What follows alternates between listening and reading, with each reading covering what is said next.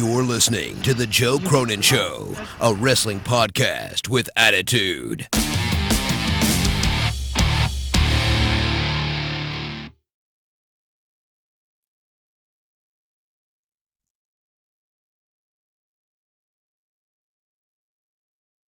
You're listening to The Joe Cronin Show, a wrestling Joe Cronin Show. The Joe Cronin Show. I hope you hang your mother. This country sucks! This place sucks! CNN masturbated all fucking day.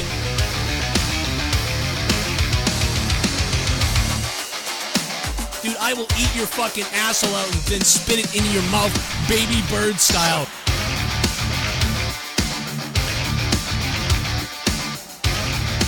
You're listening to The Joe Cronin Show.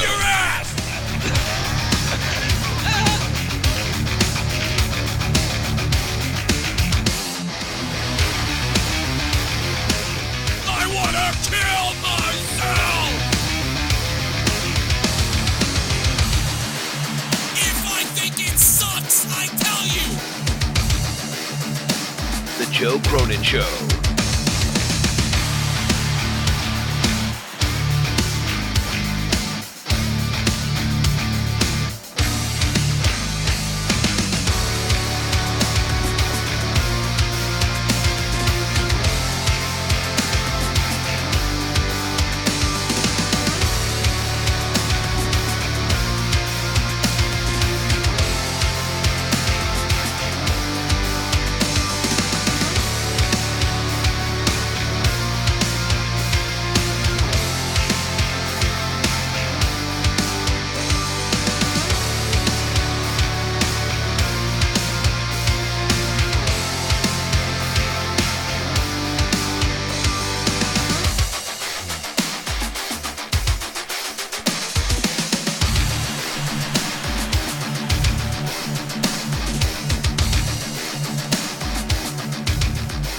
I am so sorry. I am so sorry to anybody who watched this show tonight. And to, really especially to anybody who watched last night and then watched this night. I am very sorry for you. Why did I say that like a Japanese guy? I am very sorry for you. I have no idea why I did that. But I am very sorry to everybody who watched this show. Not really, though. Okay, not as bad as last night's Raw. This was 2 hours more condensed. Had like a tone or some kind of tone to it, you know? If last night's Monday Night Raw was I would say last night's Monday Night Raw was a 2 out of 10 or 3 out of 10, only because of, like I said, Ricochet and the Sami Zayn promo. Tonight, it felt like really Shane McMahon was the star of this show. And that was basically it, you know. I mean, Kofi and Kevin opened it up pretty okay. They had a nice little opening, but you know that was really about it, you know. There was a theme to tonight, so I mean, I would give SmackDown a better rating than Raw. I'd give this like a 4.5 out of 10. I think the 24 title is basically doing kind of what I always thought it would do, which is it's supposed to be a lower level enhancement, fun little thing to do. Unfortunately, to me, it's one of the better things going on right now. It wasn't supposed to be like that. It was supposed to be something that added, like frosting on a cake type of thing. But everything else is so bad that while there are still many people that just hate the fucking thing, and I get that, you know, it's one of the more interesting things going on. Should it be the focal point of the show? No, it should be like in the background, something extra that they can cut to, and that sometimes happens. I don't like Shane McMahon putting on the hold for the title. I mean, the whole point is it's 24/7 no matter what, and already they've broken the rule. Already they've broken the rule by Shane McMahon putting it on hold. So now going forward, anytime anything's ever happening, you say, well, why didn't Shane just put it on hold again? He's the owner. I mean, just put the belt on hold again. So, and I get it. Yeah, you get heat and you do all this stuff and whatever else. I get it. I'm not a fucking idiot. I'm also not a fucking idiot. That's going to ruin the whole concept. So you're already taking steps forward and back and forward and back and all over with your new 24/7 title. They can't even get that shit right. For Christ's sake. When I saw Brock dancing last night on Raw, I knew it was going to be a fuck of a night. I knew there was going to be problem. I was like, this... Wow, here we go tonight, man. Brock's fucking coming out to they made over the Money in the Bank to look like a boombox. I mean, this shit is so childish, it's ridiculous. You know, I think it was Cody Rhodes or one of the guys at AEW that said, you know, WWE says they're a PG product, but they really perform more like a G product. As they're so freaked out and scared of stuff that they really go out of their way to make it more G than PG. And I think that's kind of what you saw tonight. Quite a bit. And not tonight, but throughout the last few weeks. Because they're right. Jim, let me just figure out what the hell's going on with your donation here. There it is. Super Chat Party. What up, Jim? I bet SmackDown sucked. Did not watch Love You, Joe. You bet right, Jim M. What up, Jim? Appreciate the donation, man. Thank you for the super chat party. Keeping the shit going. Thanks, man.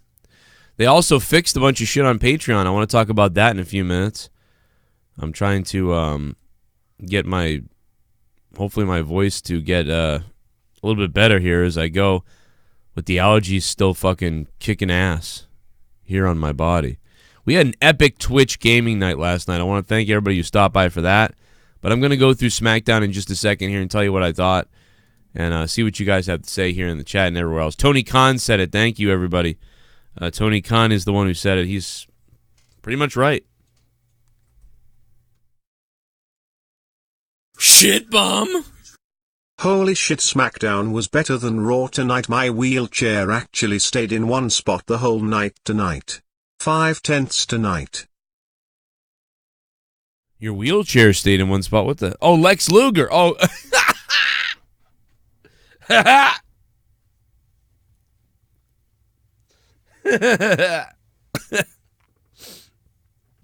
When you get done with Miss Elizabeth, feel free to grab some other girl out of the crowd and see what you can do to her life. Lex Luger, thank you so much for the $5. Appreciate it. 5 out of 10 tonight from Lex Luger. Not a bad score. I'm giving it about a 4.5 myself. Super chat. I'm surprised they didn't have Roman pin Elias lol. Mario Rodriguez. Yeah, I'm not, I'm surprised too. But then again, I'm not really surprised by a whole hell of a lot of anything in WWE anymore. Once again, Jake is at the hospital, or not at the hospital, but recovering from his sicknesses that are going on. Jake hopes to make it tomorrow to Out of Nowhere. So Jake should be returning tomorrow night for Out of Nowhere. And right now, we are basically going to talk SmackDown. So let me go through this whole thing. This fucking night, man.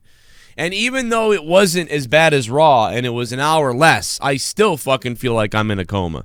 I still feel as though I'm in a fucking coma from tonight's show. Kevin Owens versus Kofi Kingston was an okay little match. Yeah. Okay little match. Smoke weed every day. Oh, shit. DA Weed God is here. It's been 6 months since they said it would change. They lied. They don't get it. It's getting harder to watch. I love watching Mandy Rose. THO love you, Joe. NickY J, what up, Nikki? Thank you for the 420. By the way, NickY J, if you're on later, I got myself an ancient puzzle ring, motherfucker. Just got to get Leah and her brother on there, too, to get it. NickY J, appreciate that, man. Thank you for the tip. Super chat. Super chat. After seeing AEW, I can't get into this crap anymore. Yeah, it's really hard to. It really is. After what we saw the other night, man, the stories, the energy, the excitement, and then you tune into this. Super hard. Chat Party. Zachary Busby, what's up? Sad state of affairs that I enjoy your reviews of Raw, SmackDown more than the actual shows. I mean, I love your show, but WTF, bro, Raw 1/10, SmackDown 2/10. Yeah, it's fucked up, Zachary.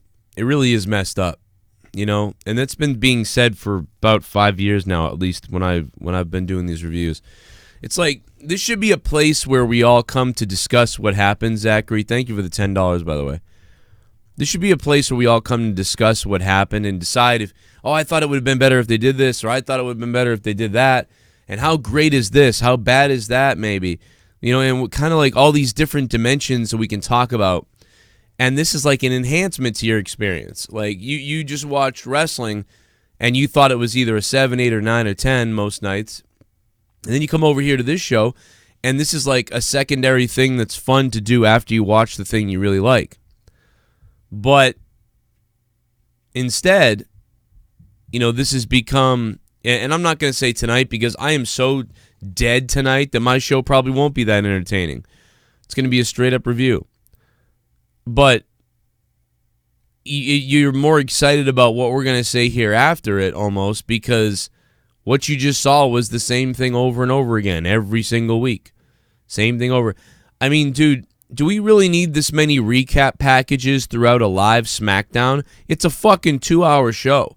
And I'm pretty sure 20 minutes of tonight was a recap package of some kind. Whether it was Randy Orton and Triple H's ungodly 3-minute promo for Jeddah, as if the people here are going to buy tickets and fly over there. And they're barely even announcing what time that's on for everybody in other parts of the world. Who gives a shit? And I get that they probably have to have some kind of promotion for the people that are watching over there. Over here, I guess. But Jesus Christ. And do we need to open the show with a 5-minute recap of what's happened over the past 4 or 5 weeks again? Why are they doing that?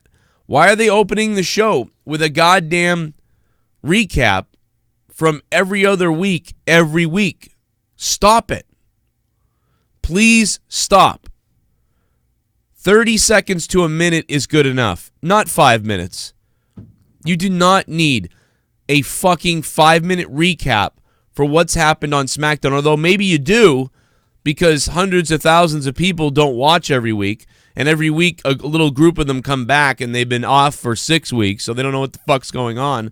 So maybe that's why they're doing the recaps, because every week 300,000 people don't watch, but like 50,000 people who had taken weeks off come back for a second to see what's going on, if it got any better. And so the recap maybe helps them, because they're like, oh yeah, that's what's been going on. And then they watch and they're like, oh, cool. And then the next week they see another recap and then they go, are we going to recap every fucking week? And they wonder the same thing we do. Yeah, it's WWE Recap. And how funny was it that last night on my Raw review, I flipped out on Kevin Dunn and about his cuts, his angles, and all this bullshit. And literally tonight they referenced Kevin Dunn that he's great. I thought that was really funny. I mean, the irony of that is hilarious. I don't go after Kevin Dunn a whole lot because there's a part of me that thinks he's great. He's a great producer. He's produced all the good stuff too, right? So all the bad and the good, Kevin Dunn has produced it. All the stuff in 98, 97, 99, Kevin Dunn did it. So, like I said, I think the guy should win a fucking award. But at this point, I've had about enough of him. And whatever they've been doing over the last 10 years is awful. You know, Jim Ross and announcers are throwing around a lot these days. You're only as good as your last match. You're only as good as your last call. You're only as good as your last time on commentary, or whatever you want to say. Jim Ross has been throwing that around a whole hell of a lot. I agree. And you know what I mean? At this point, Kevin Dunn, you're only as good as your last production. And this production right now, with the cameramen going, I don't care. I don't know who is the one giving that command. For all we know, Vince McMahon told them to do that. I don't know. Or maybe Kevin Dunn just really wants to be Hollywood or something. I don't get it. Kevin Dunn is the equivalent of Michael Bay. Shitty action for no reason whatsoever, but just to have shitty action. You know what I'm saying?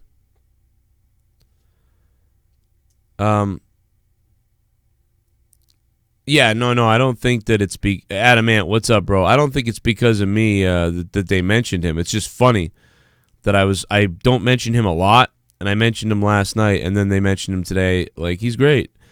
Everybody attacks Kevin Dunn. Everybody always attacks Kevin Dunn. I mean, he's kind of a fucking weird, maniacal villain. Like, if Vince McMahon is like the goddamn emperor at this point, it's like Kevin Dunn is like fucking Vader. Or Kevin Dunn is like Krang. I don't know, fucking Shredder and Krang. Vince McMahon is Shredder. I don't know. I'm giving tonight a 4.5. I did like a Michael Bay film or two. I liked Armageddon, obviously. I mean, it's a stupid movie, but I like it. And I like The Rock. The movie The Rock from 95, 96, obviously. That movie's dumb too, but I love it. God damn do I love it. But man, the Fast and the Furious movies, I wish those fucking things would burn in hell. Let's see some donations here. Super Chat Party. The New York Jets. Vice believes WWE is above adapting to fans' needs. Probably. I think Vince is probably happy where he is right now. That's why they said AEW's name yesterday. They were like, we don't give a shit. We'll say their name. We don't even care. They don't even care that much. That's why they said it. Bad Boys was great. I agree.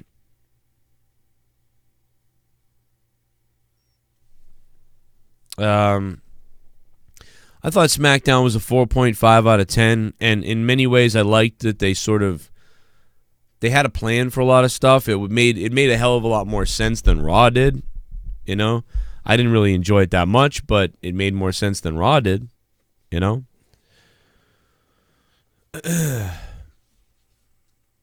Super chat. Didn't watch SmackDown cause Raw was so bad. I bet a lot of other people did the same thing. You know what, though? SmackDown was better. Beely. A lot of people are going to not watch, but it's better. Super chat. I'm sorry, please unblock me from Twitter. Did I block you on Twitter? Carlton LeGrant, what's up, man? What did I block you for? I don't know where your Twitter handle is. What the fuck is your Twitter handle? Why did I block you? Can you tell me why I blocked you? I barely block anybody, so, I mean, you must have been a piece of shit. I mean, I don't know. Maybe. You might not have been. I might have been just fucking pissed or something. I don't know. That's so weird. I don't block a lot of people. That's weird. I'll check it out. Let's see.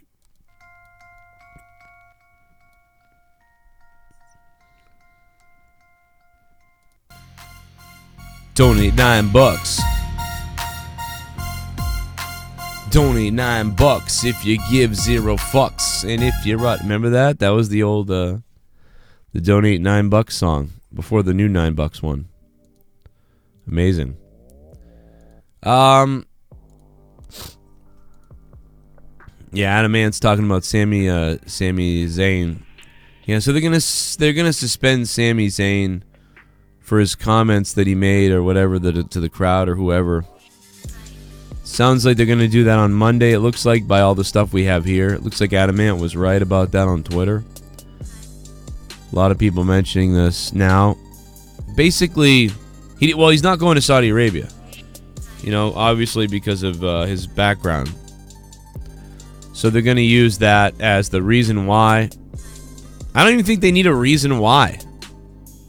That's the goofy thing. It's like they're suspending him 2 weeks, but why? Why not just he doesn't go there, and that's it? Why do they need to suspend him to, like, as an excuse as to why he's not there? A whole bunch of other people aren't there. Are they all going to be suspended or injured?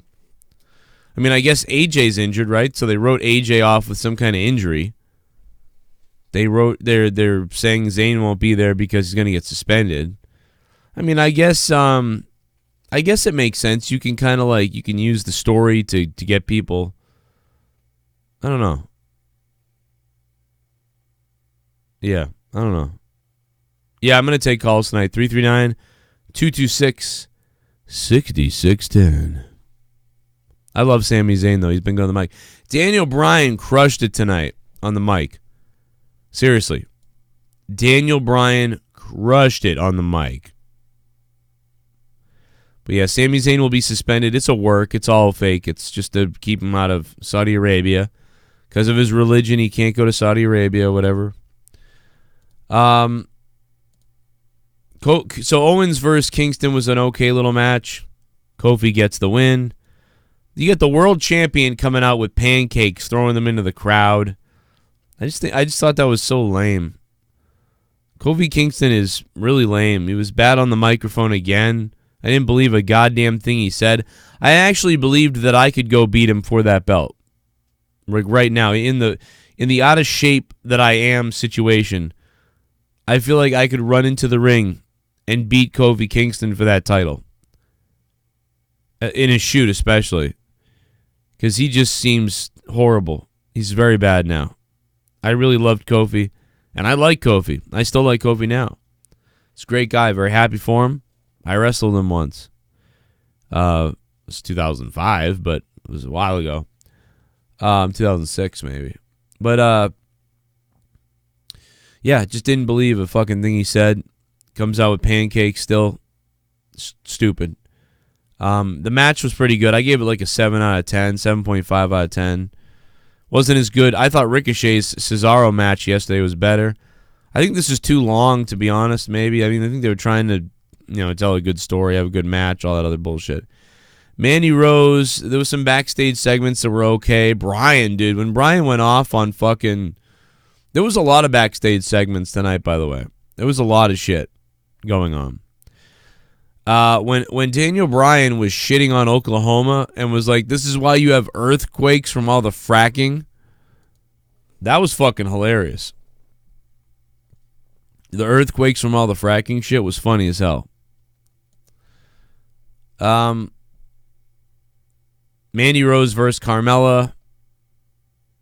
Didn't really care that much. Mandy Rose looks great. I love their little backstage segment. I thought was kind of cool. She's a bitch. Mandy Rose gets the win. I don't care that much. I don't care about anything tonight. I am so bored right now. I am insanely bored. You can tell I'm bored. I have no excitement in me right now. I was so bored earlier that I was asking people, can you please send me my most craziest rages rants? Because I'm going to make a top 10 times that Joe Cronin went too far on a rant. I'm talking about like some politically incorrect shit that I've said. And guess what? I don't apologize for any of it. I don't give a shit. I don't care if you got offended because I talked about this, that, or whatever. It doesn't bother me because I know I love everybody. I don't care about anybody. And words are words. And if you make them too powerful, then you're an idiot.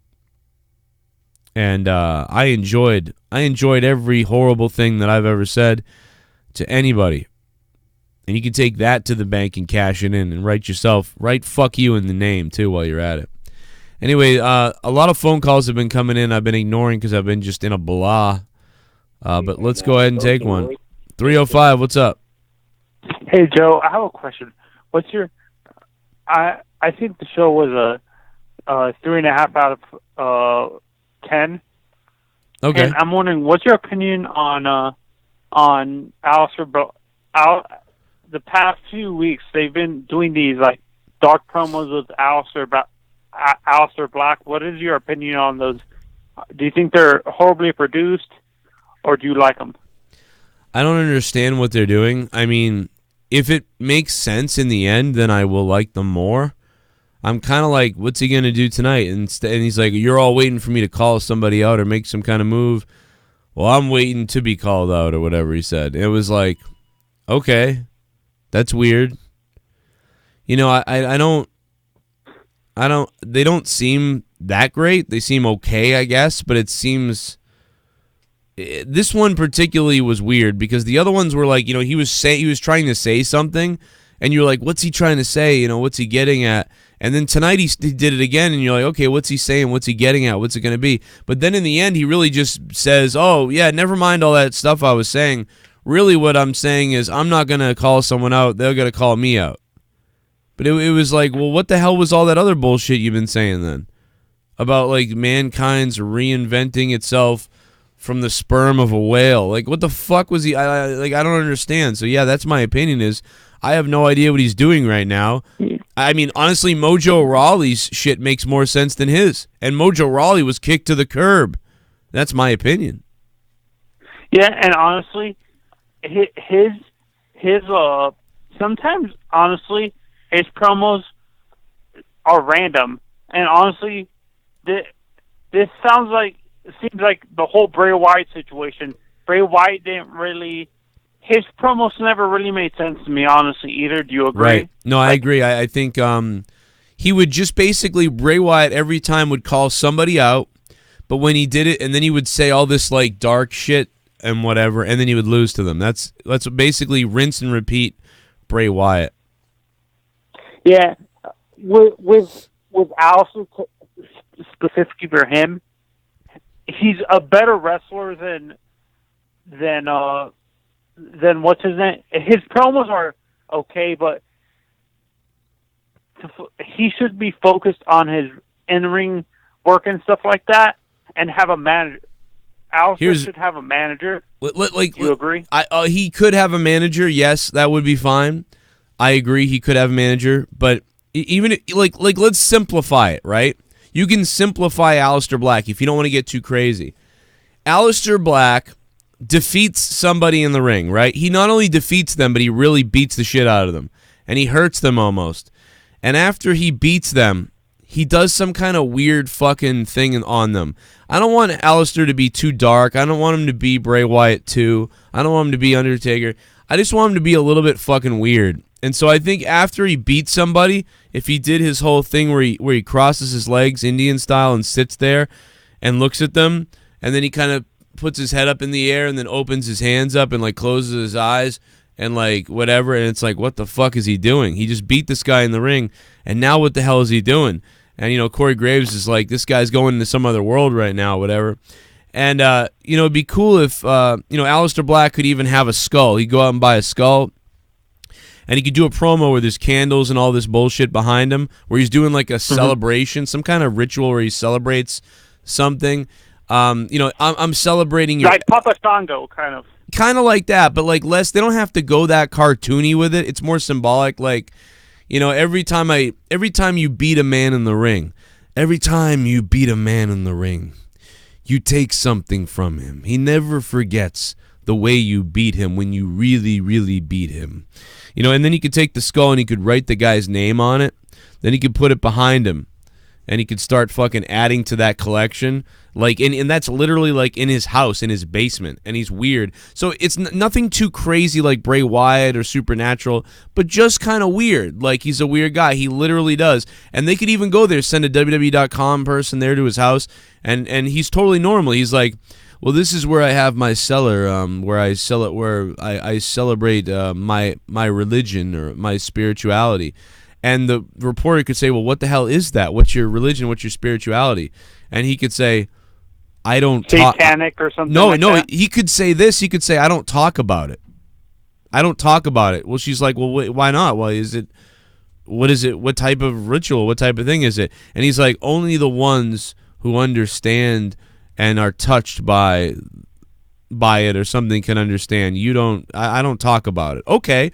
Well, anyway, yeah, this is my shelf of, whenever anyone ever tells him, stuff like that. He could be like, this is my closet of lies. And he could open up a fucking closet where he's got scratched names in the closet. And she's like, what the hell is that about? And he's like, well, anybody that's ever told me a lie in my life, their name goes in there. There are some people who have their names in there more than once. And she's like, well, what the hell is this? Well, he's like, she goes, is it like, what do you bless it and then you put their name in it? And he's like, I wouldn't call it a blessing. It would be more like a damning, And she's like, what the hell? And he's got all these names of people who have lied to him. And so now this motherfucker has a base. And other than this, he's normal. He's completely normal, by the way. I want him to be straight up. Like, do you want some whiskey? I have whiskey. I have, my dog's upstairs. my whatever the fuck else. But anyway, and just shit like that. And now you're like adding weird layers to this guy where it's like, oh my god, the guy keeps track of anybody who's ever lied to him. What the fuck is that? Oh my god, the guy has a skull carved and crafted for him. Hey, yeah, these skulls are from like fucking skeletonmaninc.com. They perforate these skulls and things together, and I buy a few every week, and I hope to to build my collection. At some point I hope that my entire house is filled with these. And she notices the name. He writes the fucking name of the people he defeats on the fucking skull. And like just all these goofy things, and he's fucking acting creepy and weird, but yet he's real, if that makes any sense. And yeah, I know what you're saying, but there's another thing I've always wondered why for his set specifically, his theme song specifically, what they should do is, you know how at NXT they used to have his the candles going up around his thing, like then like a whole bunch of like smoke. Do you know what I'm talking about? Wait, say that again. I heard so much smoke. What was that before that? You know how like when he used to do his entrance, there would be candle, like those red wax candles going all around the stage, like at the end of the stage when he would come in, and that would create like a red hue smoke. Yeah.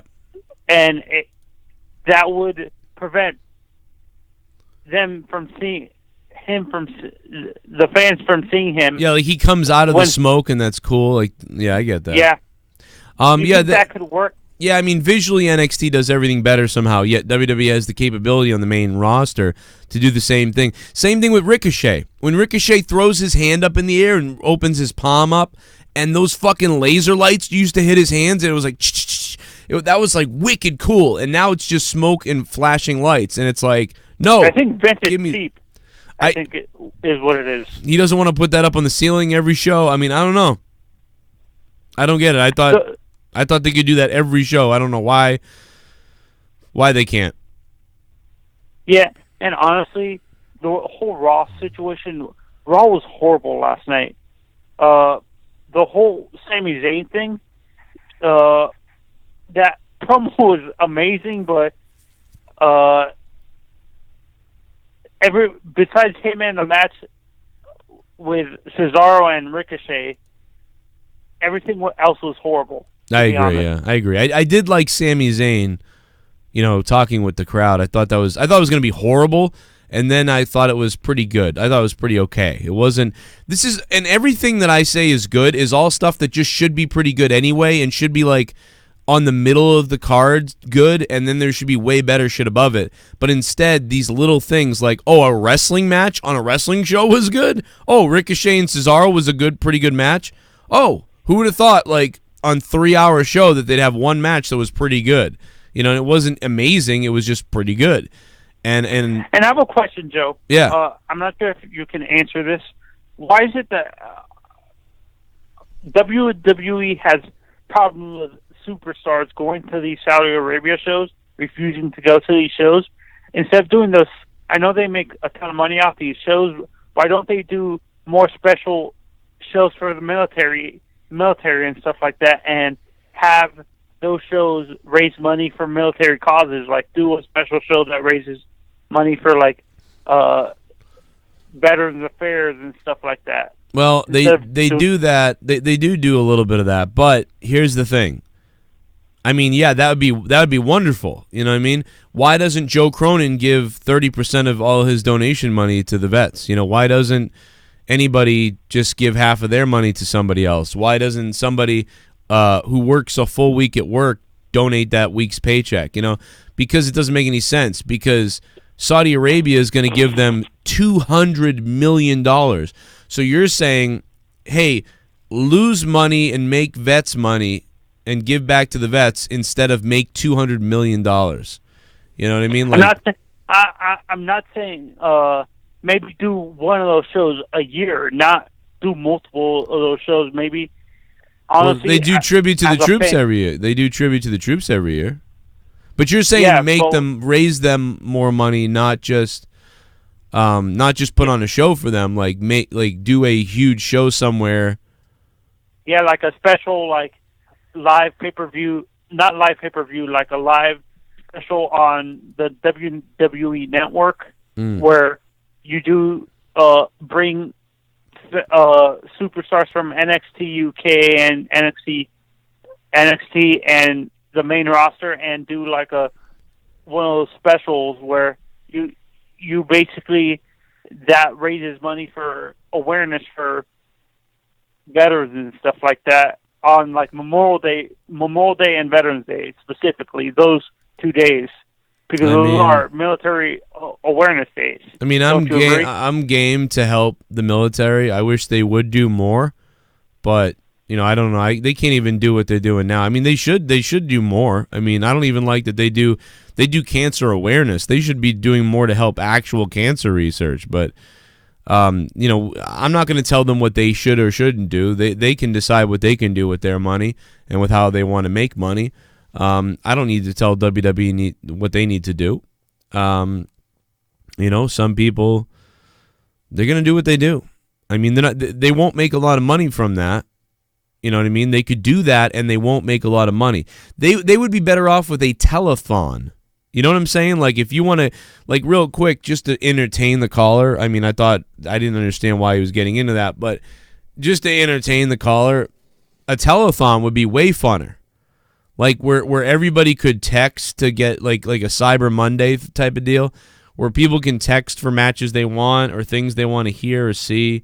People can call up, and the largest donation can speak with a wrestler. They could do a huge thing like that for 24 hours. They get all kind of publicity for it, like an 8-hour show, a 24-hour show, and you can call in and be on Raw. So like Raw is on for like 6 hours or 3 hours, and there's just matches happening over and over again. And they're taking phone calls from all over the place. They're doing a telethon. Call 1-800 blah blah blah. Donate. Hey, we're at $500,000 right now. Now we're at $700,000. We're raising money for the military. Vince comes out.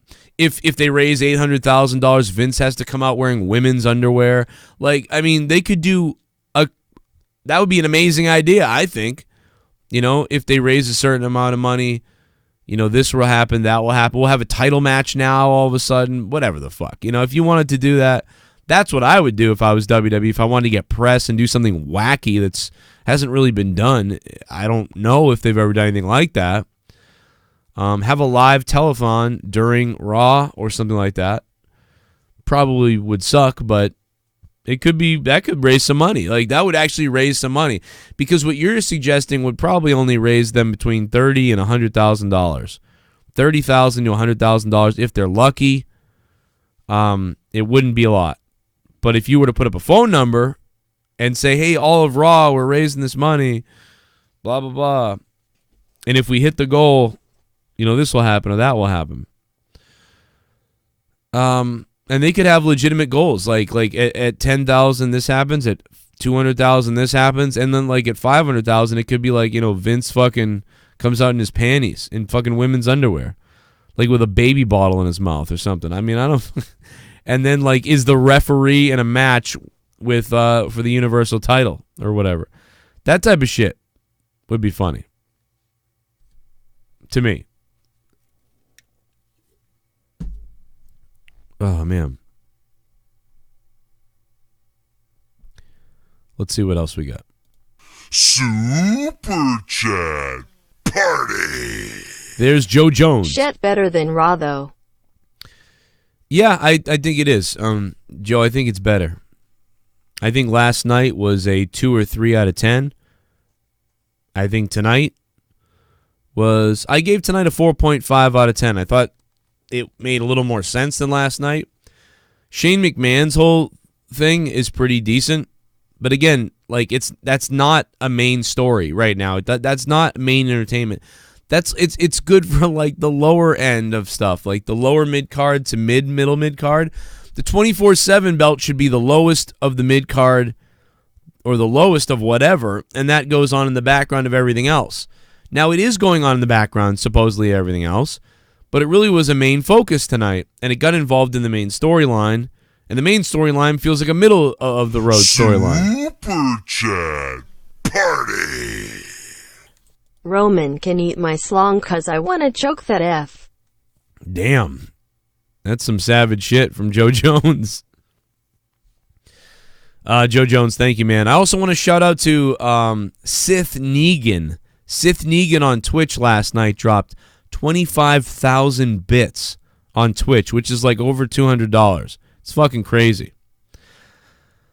I might be kind on a 4.5. Maybe I'm wrong. I don't know. They didn't have a Ricochet Cesaro match. Raw had the better wrestling match. Tonight had the better attempts at story. I guess. I don't know. Maybe it wasn't 4. Maybe it was a 3.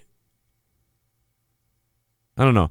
Taking away the 24/7 rule was ridiculous. They've already undermined their belt, their 24/7 rule. They've already undermined it. Again, like they do to everything. Party. Like the Superstar shakeup. When doesn't Daniel crush the mic? I thought Daniel used to be bad on the mic. Or at least he wasn't that good. Daniel Bryan used to be boring on the mic.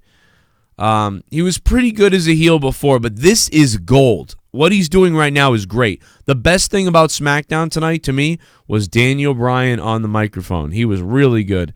Oklahoma, this is why you have earthquakes, because of fracking. That shit was hilarious. Corey Graves was a little bit better as a heel tonight, a little bit. He laughed at some of his own jokes, which made it seem not believable. He needs to stop doing that. Corey Graves, if you're listening, which I don't think you are, stop laughing at yourself, please. It's ridiculous. When you say something that's like, Byron Saxon says something, and then you go, well, maybe, Byron, that's because you're an idiot. And then you go, and you start laughing, that doesn't work. Stop doing that. That makes me think, oh, he's acting. I don't understand, with all the bullshit that Vince McMahon says in the background, all the bullshit that Vince McMahon says on the mic, and yells at people for all this bullshit left and right, always screaming at people, and he hasn't yelled at Corey Graves yet for laughing at his own fucking heelisms. It's like, dude, you're a heel. When Bobby the Brain Heenan said that, he said stuff like, well, maybe that's because you're a moron. And then, Gorilla, I beg your pardon. And it's like, that's right, get down and beg to me.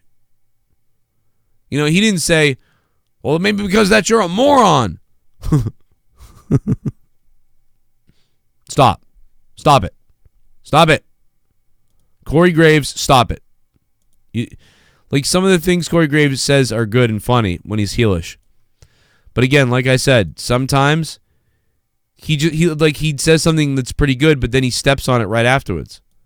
Like, oh yeah, I was believing you for a second, finally, and then you went ahead and laughed at your own fucking heelism, which I understand doing because I've done that before.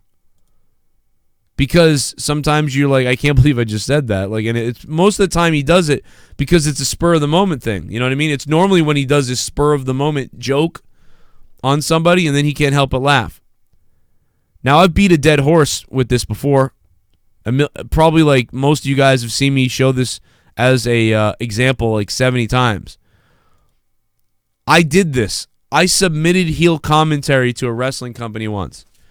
And the guy literally, I want to explain something to you. I want to explain this to you.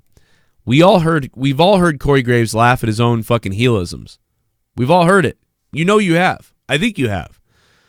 Everybody's heard this. When I was submitting my work for a large company in the wrestling business, I wonder who they could be. When I submitted all of my wrestling commentary portfolio and they heard my heel stuff, they actually said, they were like, wow, we really were interested in your straight commentary. We really like it. We think you have a good voice. We think you got a pretty good presence here. And we heard your heel stuff, and a lot of it we really liked even more.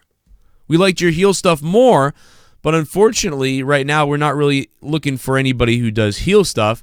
But here's the feedback on that. We thought this was good, now is good. One thing we noticed, though, was when one point you were saying this, and you kind of you laughed at it. It was really funny. It showed your comedy ability. But one thing they also noticed was like, but you kind of like laughed at yourself, which kind of took me out of the whole, like, you're a bad heel, mean guy. Like, so you don't want to be careful not to laugh at yourself. And they were like, we're just telling you this going forward when you're doing work. We want you to, if you want to maybe get a little better, that's something we noticed. And I said, you're right. You know what I mean? And I even edited the video, by the way, and I could have edited myself laughing out of it. But they said that to me. And here's the same fucking company. Oops. I wasn't supposed to say that. Whatever. Fuck it, On WWE Raw, on a national audience, multiple times Corey Graves is like, I'm the heel guy, haha. And then he laughs at himself. Like, Byron Saxton's like, I didn't really hear you, Corey. Could you speak up? Well, Saxton, that's because you're a deaf moron. Oh, we heard you laughing at yourself, Corey. Stop. Just like Joe, stop laughing at yourself. This is ridiculous, Bailey. Oh, God. Did you see where he just nailed him? Inverted atomic buster and a running bulldog. Here's the cover. 1, 2, and a kick out for goods. Oh, my goodness. How close was that, though, Bailey? But look at the ladies, man. He's not even affected by this. He's ready to go.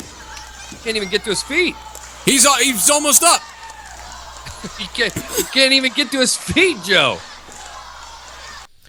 And you heard me go. Kind of heard me in the background, like, bust out laughing because I'm laughing at how ridiculous I am, saying that he's like, oh, he's back to his feet when he's on the ground, and Bailey goes, he can't even get himself up. And then I go, he's almost up. Been affected by this. He's ready to go. Can't even get to his feet. He's almost up. He can't even get to.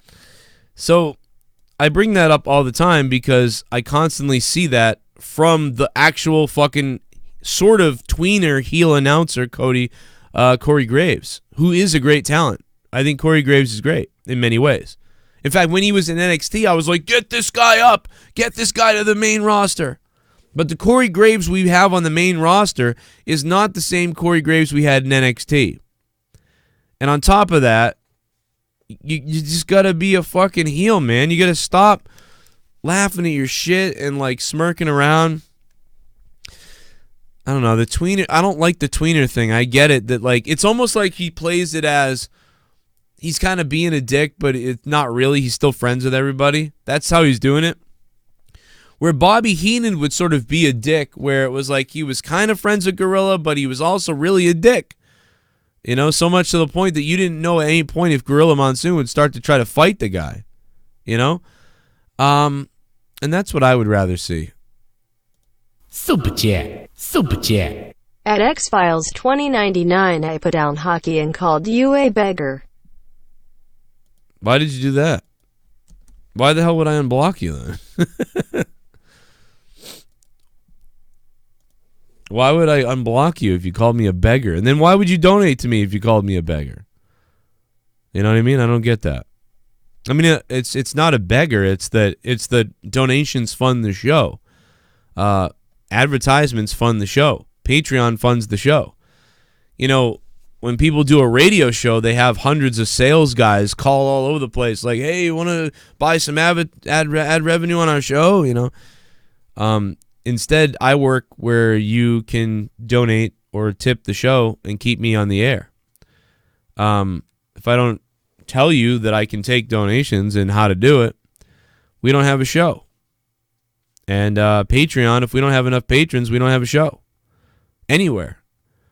So if anybody wants to sign up to become a $25 patron a month, now do it. Patreon.com/Joe Cronin Show. You'll get your name down below as a producer. And the producer level is full of shit to do on Patreon.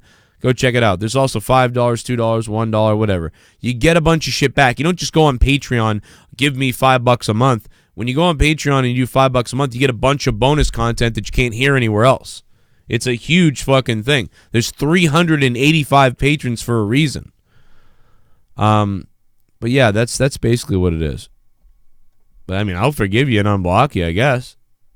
I don't know why you would say that though. Why would you say that unless you were Did you confuse? Like, were you not aware of, like, what? I'm confused. Why would you say that? If you weren't a dickhead, why would you say that? What changed in your mind that made you say, oh, you know what? I was wrong about him. So were you wrong about me? I can't figure it out. Graves is pretty shy off camera. He's a pretty quiet, very smooth talking guy. Like, hey, how are you, man? Cool, what's up? Yeah, we're going to go over here. He's very, very calm. Shiki Barbarino in the chat says, wrestling is fake fighting. No, it's fake. It's kind of fake fighting and fake wrestling. Yeah, I mean, man, you are like, what a scoop. You really broke it down for us all. Thank God that you came along to tell us that wrestling wasn't real. It wasn't really, that it's all choreographed. Wow. If it's fake fighting, are you sure? God damn, you must be you got to be 7 years old and have just found that out to want to tell everybody. Right? I mean, man, the next thing you know, you're going to tell us that the sun shines in the daytime and that the grass is green. What else do you want to tell us in the chat that we don't know about? Like 2 + 2 is 4? You want to tell us about that? 2 + 2 is 4, the grass is green, and your mother has herpes in her cunt. All things that we all know, yet didn't need to be told by you. Super Chat Party. They would kill Sammy if he went to Saudi for what he said last year about the murder of that guy in Turkey. That's right. Imagine if they killed Sami Zayn. Jay Giles. Oh my God, what's up, dude? Imagine they fucking killed Sami Zayn. Like, I know it's horrible to say this. I know it's fucking horrible to say this, but just imagine if just the fucking PR of that, if just for some reason, like, he went there, but not only did he go there, not only did, like, they know what he said and everything, but he then spoke out against them, like, in the streets as a protest, like, you need this, that. So they fucking killed him. They told Vince, hey, listen, we're killing this guy, or we ain't giving you the $200 million. You can get the fuck out of here. And Vince is like, all right, well, what are we going to do? They fucking kill Sami Zayn. They put him in an electric chair and shock him to death. That'd be great. How about that for irony? That'd be wonderful. Jesus Christ.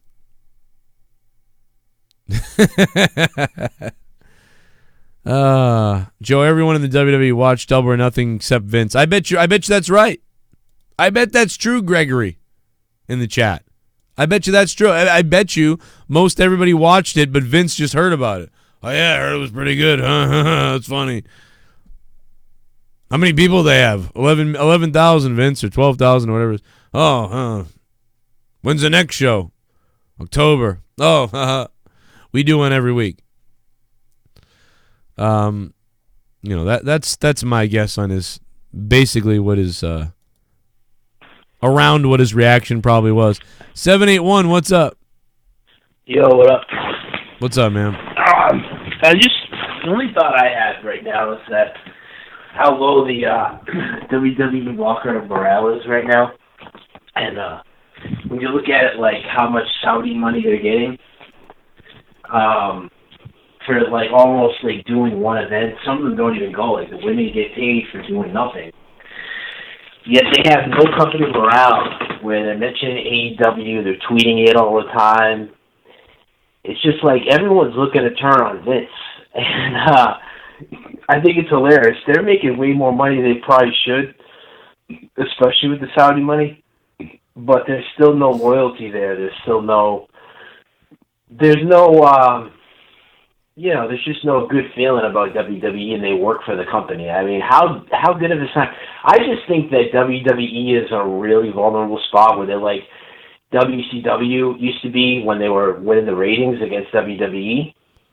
And the whole thing is, it's like they were on top, they were knocking out of the ballpark, but they got really, really arrogant. They got really, just full of themselves, and they ended up being out of business in a couple of years. I'm not saying WWE is going to be out of business, but I really think their business is going to be hurt. It's way different. And I'll tell you what. And you're right. It is going to be hurt. Cool, because the attendance is hurt. But let's paint the picture. In the '80s, when Vince brought in Hogan and did the whole WrestleMania thing, they began to gain steam every year, and by 1995, around WrestleMania 10. Hogan was gone, and the steam started to run out, and they started to get those bad ratings. And Vince McMahon never changed anything. He kept everything the same, didn't want to change, didn't change. He needed to change by about WrestleMania 8 or 9, and he didn't. He didn't want to do it. So 9 comes around, 10 comes around, 11 comes around. It's really bad around 11. WrestleMania 11 that might have been 95. That was really bad. And he's doing the same thing then. He was saying, I'm not changing anything, to the point where finally they're getting killed by WCW, and then they're going to take the fucking water coolers. And only when they came to take the water coolers and they had to fire people in the office, they had to let people go in WWE that they loved because they couldn't pay them. And at the same time, WCW rose up, and that's when Vince said, let's start the Attitude Era. So... And then you look at WCW. The reason why WCW collapsed was because Ted Turner was made to leave. They kicked him out of his own company. So the guy... with WCW, real quick, if you don't mind me interjecting, what I would tell you is there were too many full of themselves, there were too many Kevin Nashes, Hulk Hogan, there were too many egos at the top. And, obviously with WCW, there were just way too many egos, and everybody wanted creative control and all that. Well, I think AEW is more like WCW. It could be if it gets out of control. I think that right now, if everyone stays stable, I'm not sure if that's 100% though. I think I agree. Well, with because you got to watch for that. No matter what happens, WWE has so much money right now; they're not going to be hurt by anything. As far as that, you could have a half-empty arena on Raw, you could have 1 million people watching, and they're still going to have that money and not fall apart for years to come, no matter what. AEW. Right. Everybody's in charge of their own character kind of thing, / Cody and everybody giving input. So they're going to have a team of, their writing teams and stuff like that when the TV show comes out. And we're going to see how well they function when there's a lot of egos there, because there will be. Because no matter what, a company like AEW is going to be similar to WCW in the way that a lot of the wrestlers' egos are going to win in the end. Hey, me and fucking what's-his-face don't want to cut our match 5 minutes. We want 12 minutes. And there's going to be fighting because they're going to get what they want a lot of the times because they're going to be in on the decisions, where at WWE it's always like, hey, I want this. Oh, Vince said yes or no. But don't you think it's impressive that Kenny Omega lost? I mean, he's one of the best wrestlers, I think, in the world right now at this point. That's my opinion. Yeah. I saw him, and it was unreal. Guy is multi-talented, New Japan, everything. Anyway, I was impressed how he didn't job to Jericho, but he lost, and I like that.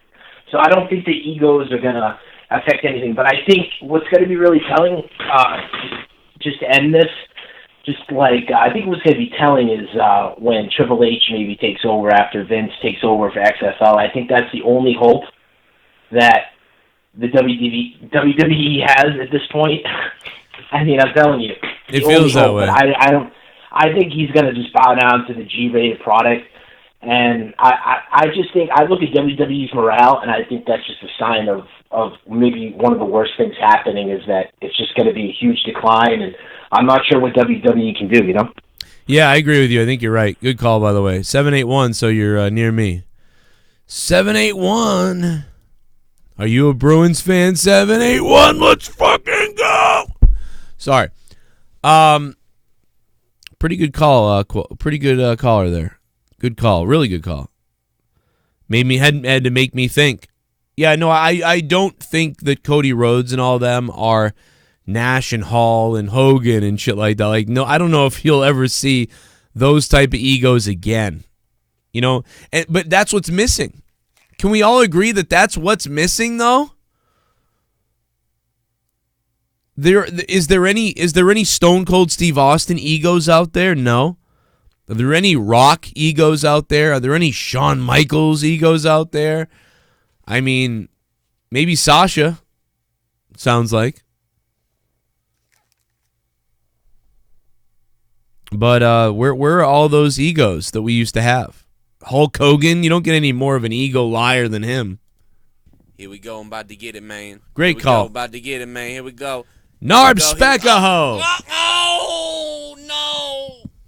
Could this whole AEW thing be an inside job by Vince McMahon and company? Saw a video describing how this could all be a work. Yeah, so Vince Russo, I believe, is the one who came up with this. You know, Vince Russo is basically saying that, you know, he thinks he thinks that the whole thing's a work. That, you know, none of the basically Vince McMahon is bought or is part of in on AEW. I don't get that. Listen, bro, here's the thing. Anybody out there who believes that AEW isn't in cahoots with Vincent McMahon is out of their mind, bro. Bro, listen, bro. I worked in the wrestling business for over 20 years. I know a work when I see it. AEW and Vincent McMahon, bro, they are working together. This is Vince McMahon can't do anything. He's done this to create interest in wrestling again, bro. Bro, I can give you several examples, bro. Bro, listen, bro. Sorry. Yeah, I think that he basically came up with this whole thing about how it's all very interesting. Very interesting. I don't think so, though. I don't think so. But I like the creativity in Vince. I'm not saying it's not possible. I don't think it is. But very interesting take from Vince Russo, which I will look more into that tonight for tomorrow's videos. I whooped Santa Claus's ass. My God! My God, King! Son of a bitch, he stuck Santa Claus! My fucking face is half melting off from the Bell's palsy! Oh, I got Bell's palsy, King! Oh, Steve Austin with a stunner! Son of a bitch! Son of a bitch! Stone Cold! Stone Cold! Stone Cold! Poor WWE, they need to keep their shits together. Stop worrying about AU. Is Vince that stupid to give a shout out to AU? Great job, Vince. Now everyone will go and check them out. Then you cut AU out of Sami on promo, ha ha ha. Smackdown 3/10. Cold Army, thank you for the donation. Here's why I think Vince McMahon doesn't give a shit about shouting out AEW like Sami Zayn did the other night. I believe Vince McMahon doesn't care about shouting out AEW because Vince McMahon knows that guess who they shout out all the time. WWE shouts out all the time. They shout out their own NXT product. And yet still, only a minuscule amount of you watch NXT. And only a minuscule amount of you watch NXT takeovers. Even though WWE themselves promotes all the time when a takeover is coming. They even cross-promote talent. The numbers don't translate very well. So Sami Zayn saying, I could even bring up AEW. Oh. Vince knows these fucking casual people watching, they won't give a shit. They won't give a shit. And therefore, the only people that will end up liking it are the people that are in the crowd will pop. It will pop the 15% that actually know what the fuck he's talking about. And they'll go, oh, shit, they said it. Wow. And like we'll trend a little bit for it. So he doesn't see much downside. Now, I see a little bit of downside because I see AEW being competition for NXT. Because NXT, if it goes to TV, could probably do 800,000 viewers a show. NXT takeovers sell out buildings. AEW will do the same thing, and they'll be really close, but they'll still be behind NXT. So AEW has to crush NXT before it can crush really WWE main roster. Now, we all know the shows are going to be better. We all know that NXT and AEW are going to be better than WWE Raw. We know they're going to be better. But are they going to beat in the numbers? Are they going to beat in other ways? I don't know. I mean, I don't care really. None of us really need to care as wrestling fans because all that matters is we're getting good product out of those products. You know? They don't need to beat the WWE to be a good product for me to enjoy it. That's fine. I think what many people are hoping is that not only that they will do better, like we know they will, but also that it will push WWE and somehow make WWE better because we're going to watch that. And maybe people won't leave as much and we'll have more wrestling fans again. But I don't think that is what is going to happen. So, in the end, Vince didn't care that much about dropping the name. Universal title anytime I want. I'm not that interested right now. I'd much rather hold all of you accountable for your crap, quite frankly. You could ask me anything. You could have asked me about AEW. Hey, Sammy, hey, so, listen, I know you mentioned that the Universal...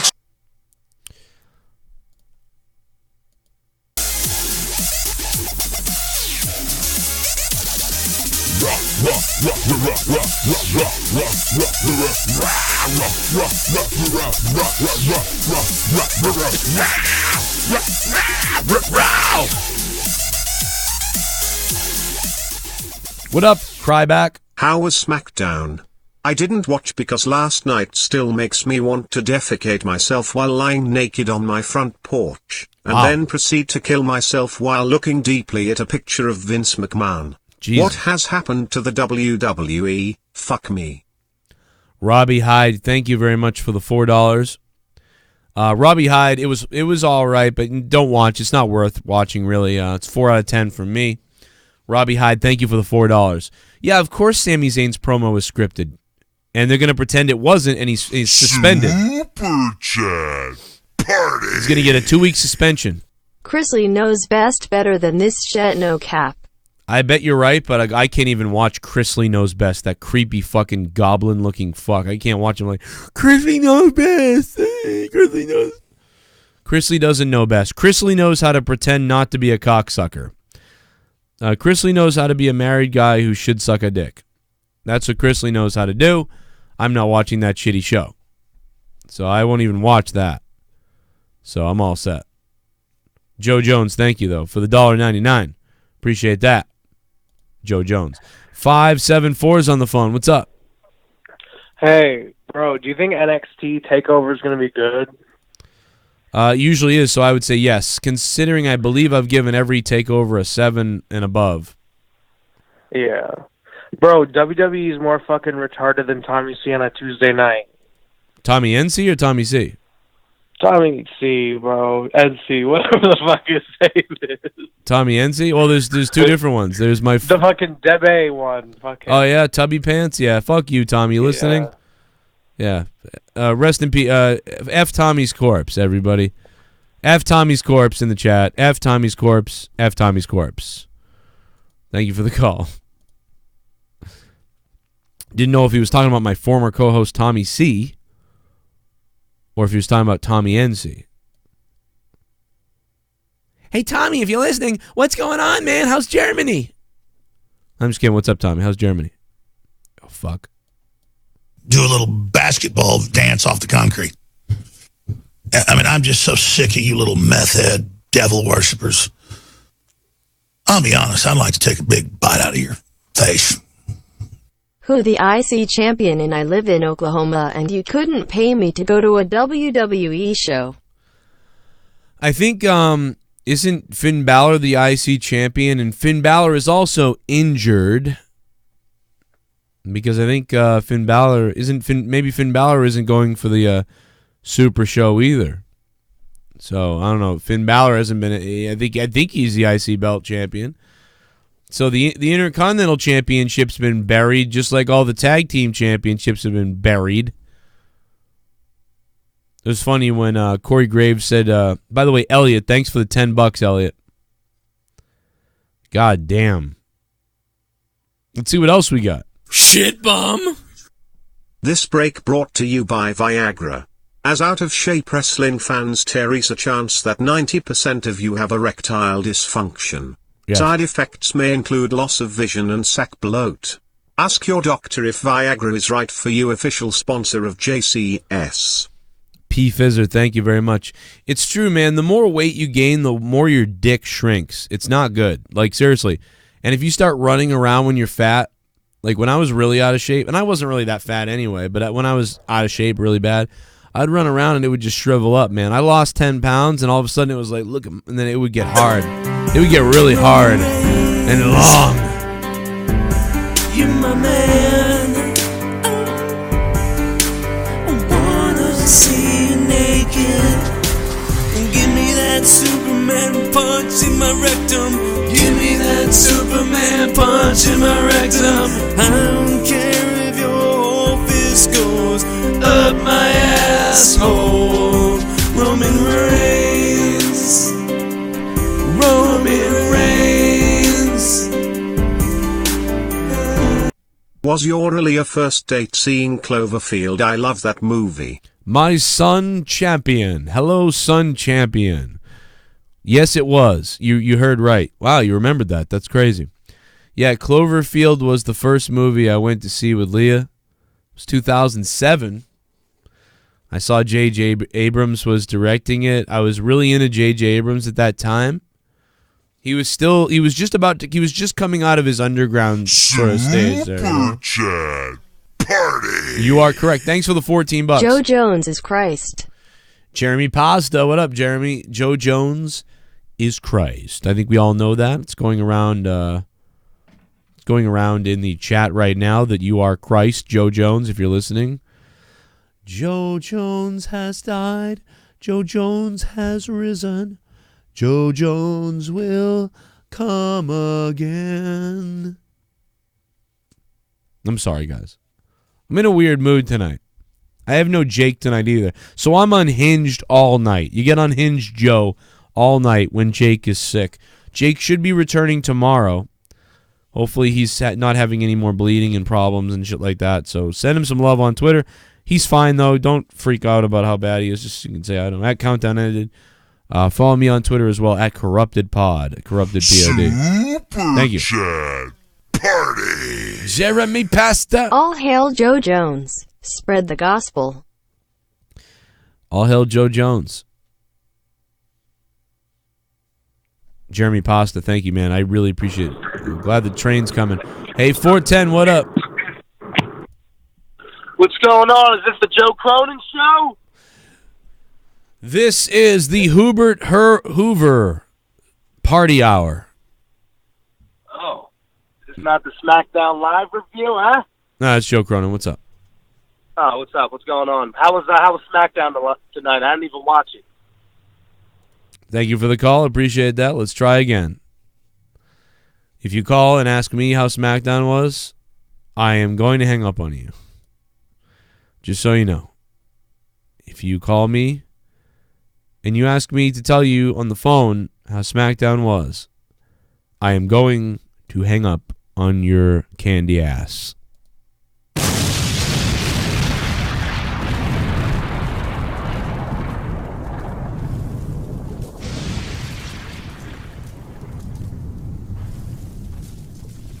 And he's been blown up. Let's hear from the next unsatisfied miscreant caller. Hello. Hey, Joe, what's up, man? What's up, man? Hey, I wanted to ask you a question. And do you think if AEW gets, like, really successful, they could have, like, this invasion angle like they did in 2001? With, so, like, WWE guys coming over there? No, but it's like the other way around. Like, AEW invades WWE, and we got, like, this big invasion angle all over again. Well, that would be more like ECW invading WWE in 94 or whatever. Because, the invasion in WWE was like, WWE's own thing, invasion. It was fake.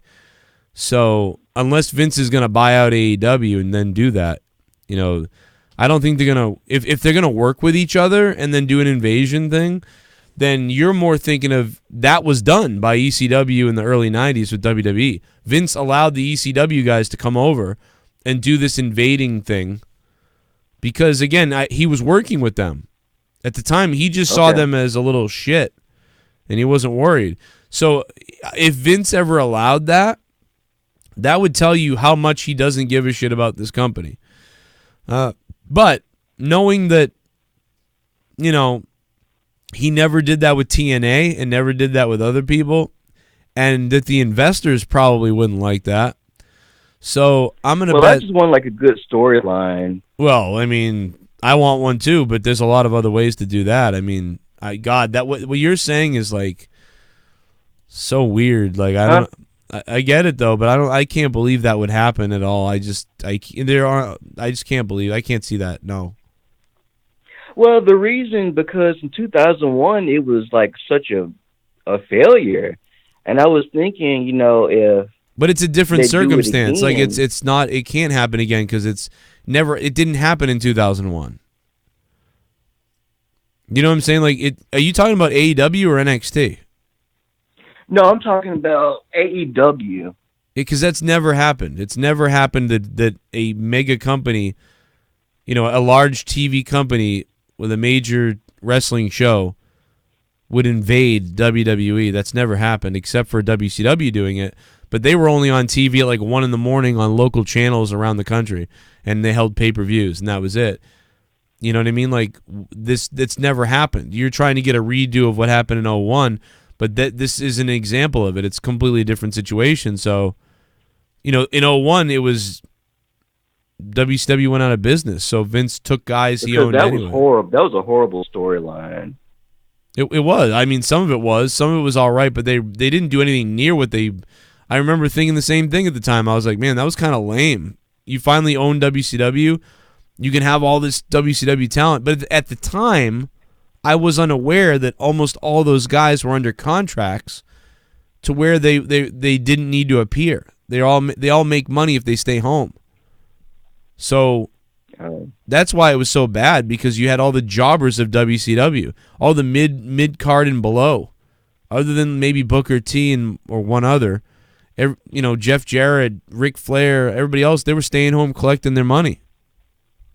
But I know it wasn't that good, but to compare it to this, I just don't. It's not the same thing, because AEW is going to be a flourishing company. It's more of a comparison to ECW. Like, you'd like to see that invasion again. Like, I could see that if you were saying like, oh, do you think we could get what happened with ECW back in 93, 94, whatever it was, where they invaded... can we do that with them? If maybe. I mean, I doubt it, highly doubt it, but it's a possibility because you saw it before. It's happened before. Because I want, if they ever do this invasion thing like they did back in 94, think about the dream matches like what we had with, we could have Kenny Omega fight Seth Rollins. That would be cool. Yeah, I mean, that stuff would be great, but honestly, I'm more happy with AEW just doing well over there. I don't like when anybody gets involved in WWF at this point. Like NXT guys, they're so good down in NXT, and girls, when they come up, or women, when they come up to the main roster, they lose they get downgraded. Everybody in AEW is doing great, everybody in NXT is doing great, and everybody in WWE is mostly doing horrible, except for once in a while someone does okay. So I don't need AEW to come to WWF, and I don't need WWE, oh my god, and I don't need NXT guys to come up to the main roster because they're all fine where they are. I don't want anybody, and I know that Seth Rollins is good, but I don't want to see them come to WWE. It would be like saying, hey, I think I want my gold watch to be dipped in dog shit. You know, like, nah, I like my gold watch, and I really like my my trash barrel in my front yard. I love my golden watch and I love my trash barrel, but I'm not going to throw my golden watch into the trash barrel because then it will get thrown out in the trash. That's a horrible analogy of whatever, but you know what I'm trying to say. I don't need that to happen. That was weird. Pour me a beer. You've got a new subscriber. Thank you for subbing. Cowan Gilliam, what up, man? Thank you for subscribing to the channel. I appreciate it. Holy Christ. The fucking phone calls tonight are going to be the death of me. Chat party. The black ring ropes in AEW gives it a badass feel like Nitro in '96. AEW has reignited passion for wrestling again. It's the honeymoon period, though. That's true. Prayesh Muhamdar. What up, Prayesh? I don't like black ropes. I've always hated black ropes. I wish the ropes were red or white. But you know what? At All In, I think they were red at All In, right? And at this one, they were black. It doesn't matter what color the ropes are, but I just really hate black ropes. I think it's boring. I'd like black, white, and black, or white, black, and white, or white, red, blue, green. I love green. But, yeah, black always bores me. I always thought WCW's rings were boring, too, when they had black ropes, but that's just me. I whooped Santa Claus's ass. I stunned Santa Claus's ass. You're on hold. I stunned Santa Claus's ass. Oh well, yeah. It is John Montgomery. Hey guys. What's up chat and what's up Joe? Shout out to Jake. SmackDown wins by default. 2 hours is always better than 3. Yeah, I found that Chris Lee Knows Best was more entertaining. The shit my wife makes me watch. That's pretty funny when you and your wife sit down and she watches SmackDown and you're watching Chris Lee or whatever his name is, John Montgomery, and then you have to look your wife in the eye and actually say, yeah, your show is better.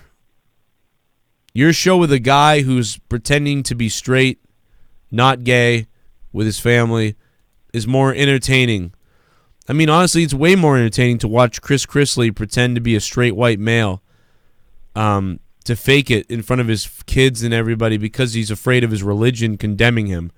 So I really do get a kick out of watching Chris Lee try to avoid what God already knows about him. That actually is pretty fucking funny. Especially when like a really good-looking guy or like a decent-looking guy goes by him or something like that, and you're like, you know he wants to just suck that guy off, but he can't because he was grown up religious and like he was told that's wrong, so he's afraid. I get it. Can you imagine Chris Lee penetrating his wife? Man, that must have been like sliding your hand into a bull's ass. 201's on the phone. Hello, 201. Did I mute you? Fuck. Hey, 201, you there? Yeah, can you hear me? Oh, there you go. Yeah, I can hear you. What's up, man? Yeah, what's up? Oh, he died. My God, these fucking phones tonight, man. These fucking phones tonight!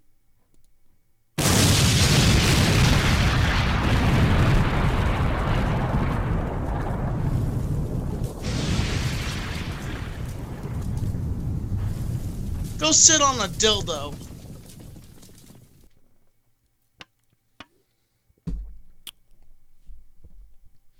God damn. Hey, 918, what up? What's up, Joe? What's going on, man? Hey, sorry. I got out of SmackDown in Tulsa.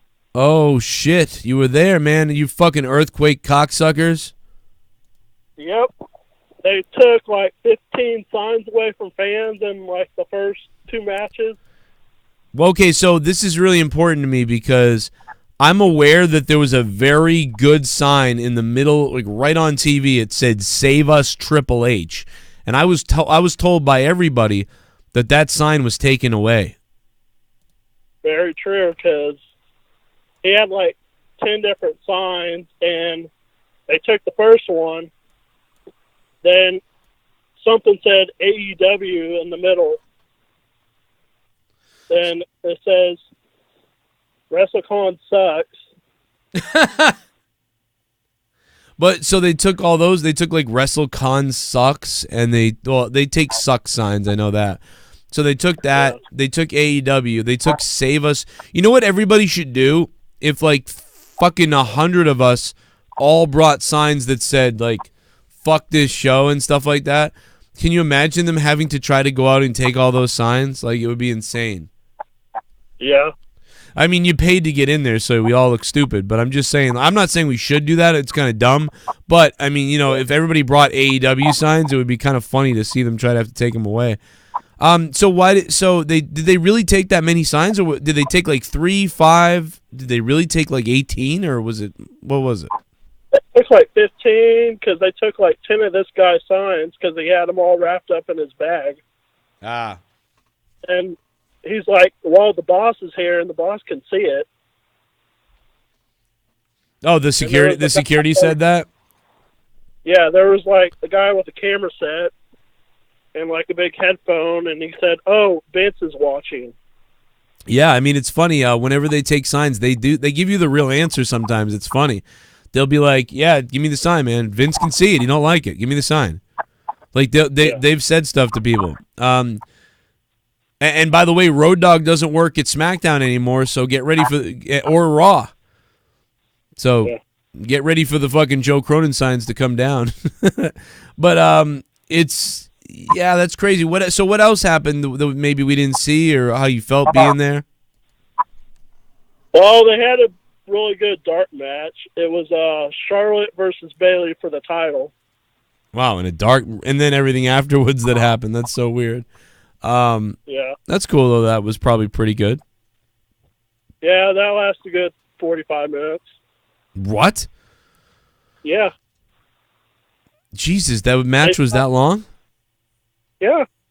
Started at like 9:30, they end till like 10:15. Wait a minute. They were like plugging it out, throwing it into barriers, all that stuff. Wow. All right, that's cool. And did you Lacey Evans Charlotte on your show, on the SmackDown show? Yeah. That was pretty crazy. Everybody was chanting for that. That was all right. Yeah, I'm sure it was better live. I gave it a 4 out of 10 tonight, but you know, if you were there, you probably thought maybe a 6 or something like that. I'd probably give it a good 8 out of 10. Wow. In person. And yeah, it's better in person. It's always at least 2 or 3 points higher in person. So I could see someone giving it a 5. So I mean, I could see you saying, I guess 8 because you were there. Yeah, I could see that. But I mean, they had I don't know. Ellis in there. Who? Mike Kanellis wrestled? Yeah, Maria tweeted out the other day, like, 3 weeks till our contracts are up. Well, they beat the crap out of Brian Kendrick, so. That's interesting. Yeah. I mean, anything else, or that was it? There was probably match of the night was Jack Gallagher from 205 versus Humberto.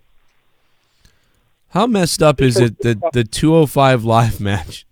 It's always one of those. It's always a 205 live match or a dark match is better than what we all saw on SmackDown. Probably on SmackDown. Probably Bayley versus Lacey Evans.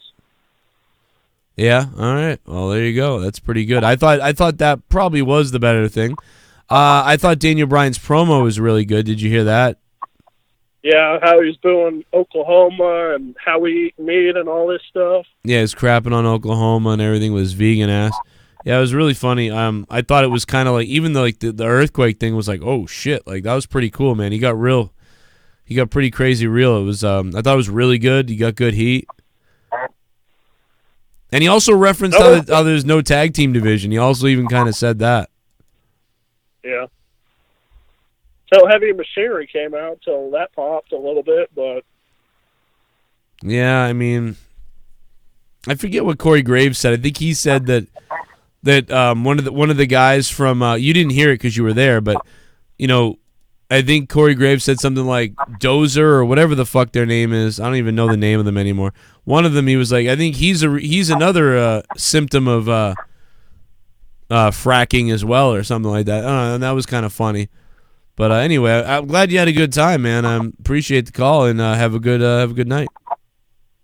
the only thing I really did hate was the R-Truth 24/7 title, the giving it to Elias and back to R-Truth end of the night. What'd you think of that? I thought it was okay. The only thing I didn't like about it was that I didn't like how Shane said the rule was off during the match. It was like, well, what the hell's the point in the 24/7? Anything can happen if you can just turn it off all of a sudden. So that was dumb. Like, I didn't like that. But I think people are 50-50 on that belt right now. Some people said that was the best thing of the night. Other people said it was terrible. But in my opinion, I thought it was okay. It's supposed to be like a lower mid-card thing to support everything else. And instead it's more focused on than most of the other shit, to be honest. So it's just, they're a mess right now. I really think they're a mess. Why don't you go get back to your fracking or whatever and fucking make your whole state shake or whatever the fuck you do in Oklahoma. I don't know. Appreciate that call.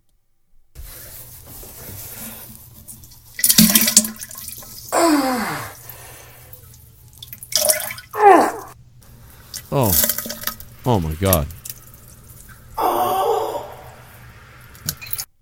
Joe Cronin, you shit bum. It's me, Johnny T.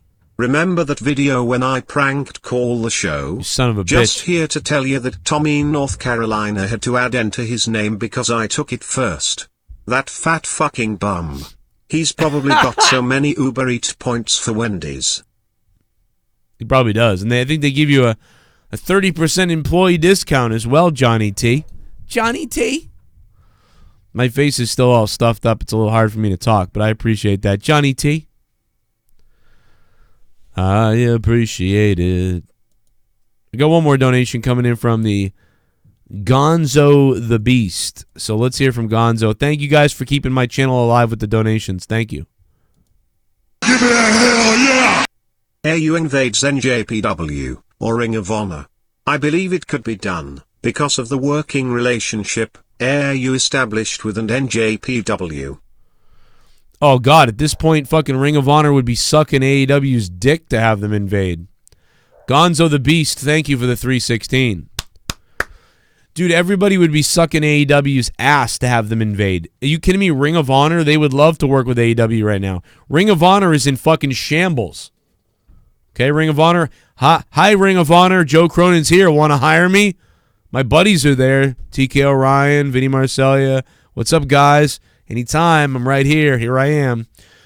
But I could save your company. But that being said, whatever. Yeah, they would blow a man to have them work with them. Party. Would have been cool if Raw opened up with HHH on a throne. You wanna war Cody. And then smash Dusty's Hall of Fame plaque into bits. WA Sledgehammer.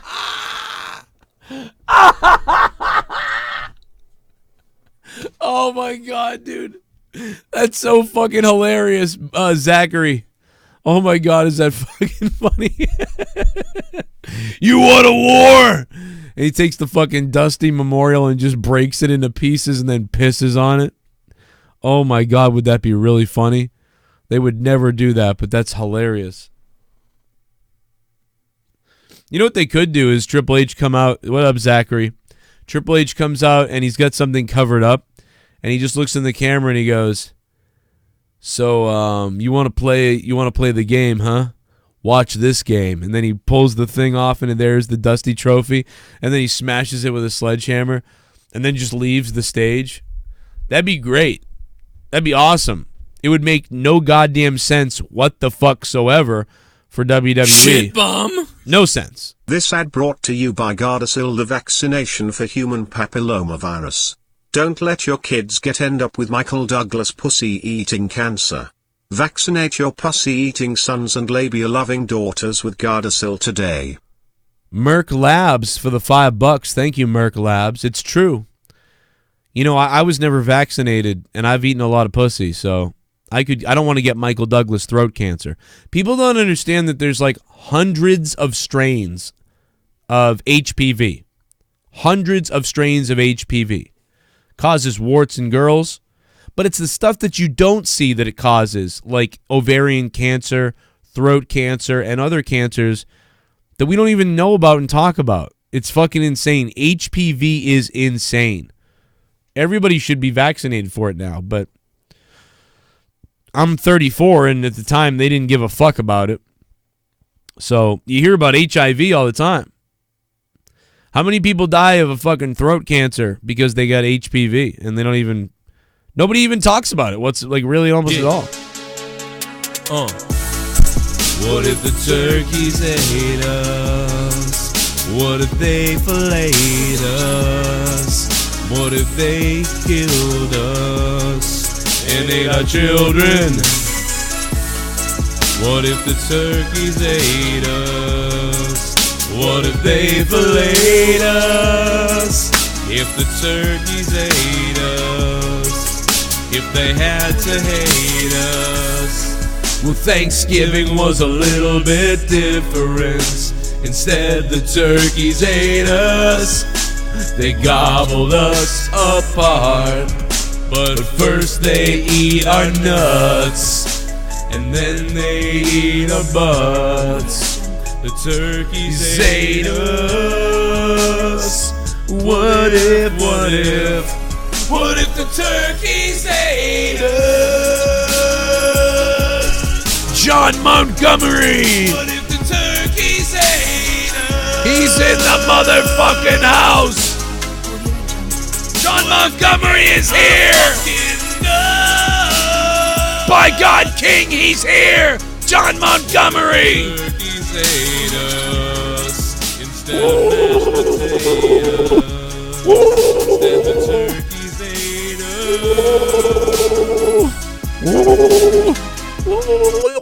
I am going to demo a college tomorrow. Cheers to the possibility to a 50K year contract. Let's go. Joe, you need to become one of my salesmen for conventions. I know you know how to act and bulk shit people, but everybody would love you. FWWE and dare you. I would love to do that. I like to sell, but I like to have a little bit of truth with it. I don't want to sell someone bullshit, but I do want to sell something. So, John, I would totally do that. I would do that, man. Anybody that ever had anything to sell, if I could help put it over or try to sell it, I would do it. Because I love doing that, man. I love selling shit. Love it. I mean, I love that now I get to work on YouTube and podcasting and doing this shit with you guys instead of having to travel around selling shit. But, you know, it's still fun. It's still exhilarating. Speaking of selling stuff, thank you for the $29, John. I hope you get a really good job. That way you can continue to support my show. You know what I mean? So go out there and I hope you get a fucking giant contract or something. I will sell my cock. I don't think anybody wants a 6.5 inch cock. You know, I don't think it's, you know, it's basically average. I don't think anybody cares. I think if I had like 9 at least, yeah, maybe I could sell it then, you know? Or maybe it was like mega thick or something, yeah. But it's just regular everything, so I ain't selling nothing. Robin Banks do a drive around podcast. I've been thinking about doing that. In fact, that may be coming up soon, guys. That is one thing that's on the horizon. I've been thinking about doing it. I've been thinking about getting a van or something like that, painting the side of it like JCS, fucking Elite Wrestling Podcast for the new podcast. Because the Elite Wrestling Podcast won't just be AEW. It will be everything. All wrestling. And, we could drive around in the van and do the podcast at the wrestling shows. Park it outside. Park it up the street. Whatever. Tell everybody that we're going to be there early. Come on by the truck. Problem is, I have to figure out a way to broadcast, with 4G or 3G or whatever shit locations there are, and figure out a way to make it make money. If it doesn't make a little bit more money, if it ended up just costing me money to do it, it would be stupid than just sitting right here. But if every once in a while I could go on a little tour and do that, and it made money somehow, then yes, it would make sense. Now, maybe I could sell stuff at the van. Maybe people could come up to the truck and I'd have like JCS shirts and right there and stickers we could sell or something. Maybe then it would be viable. Maybe we could even do a thing where like you can come into the fucking van and we rape. No, I'm just kidding. No, you come in the van and you could be on the show. But it's like $20 to get in the van for like 20 minutes or like 10 minutes or 5 minutes or something. I don't know. I think of all these gimmicks. I have no idea. We could even try to get wrestlers to be there. People who aren't employed in WWE, obviously, but get wrestlers to be there and have them come in, be in the van or be in the booth or whatever. I don't know. There's all kinds of ideas I've had that I've been working on. That's one of them. Another one is I don't want to tell you about it until I actually do it because I'm going to do it live one of these days, and it will just be live and it will be the theme, and you'll see what it is when it's live, and we'll all have a lot of fun with it. So, yeah. Thoughts will take your 6, Joe. Oh, yeah, okay, cool, Mezzy. I got that. I got that, man. It's not bad. Oh, man. I mean, yeah, there's a lot of people with 4 inches, 3 inches, 4 inches, 5 inches only, I'll keep what I have. I'll play it safe. You roll the dice, you could get 8. But, you could also end up with 4. So I'll keep my 6. I did have a 7 one time, like 5 times ever, maybe. Because I was, like, crazy, like, worked up or something like that. You can get it to 7. Just like a lot of times it only is around a 5. It depends on how good the blood's flowing, you know what I mean? Really, it is. Depends. Jericho for JCS, I agree. If you guys are on Twitter right now, you guys need to get over here and retweet this. I tweeted Jericho. I texted him at all his contact addresses because we want to get Jericho on the show to talk about his cruise that's coming up and a whole bunch of other shit. So I tweeted him, we want Jericho on the podcast this week, 500K views. Let's promote the cruise. Please DM to arrange. 25-year Jerichoholic, please, please, man. So, everybody hit Jericho up. Love the show. I went to All In. It was only 30 minutes from where I live, and it was amazing. Nice. How 4 guys brought 10,000 plus people to Chicago, from all over the world just to watch pro wrestling. Going to All Out, and it's gonna be great. Thanks, Joe. Thank you, Gonzo the Beast. Also, shout out to the Cubs. And also, shout out to Pro Wrestling Tees, located in Chicago as well. Thanks to all the people at Pro Wrestling Tees who supported me years ago. They don't really support me that much, but you know what I mean. For all they did for me a few years ago. And I still have a couple T-shirts on Pro Wrestling Tees. Although all my shirts are really on Teespring right now. So you guys can go check that out. But I do have, a couple tees still on Pro Wrestling Tees. So, oh shit! Hey, hang on a minute, 203. We'll put you on hold real quick. With the new AEW pay-per-views coming out. Hang on 1 second, 203. I'm gonna put you on hold a second. And ate our children. What if the turkeys ate us? What if they laid us? If the turkeys Holy shit, another one! If they had to hate us. Holy shit, John Montgomery! Thanksgiving was a little bit different. Instead, the turkeys ate us! They gobbled us apart. But first they'd eat our nuts, and then they'd eat our butt. The turkeys ate us. Go sit on a dildo. What if? What if? What if the turkeys ate us? Let's beat.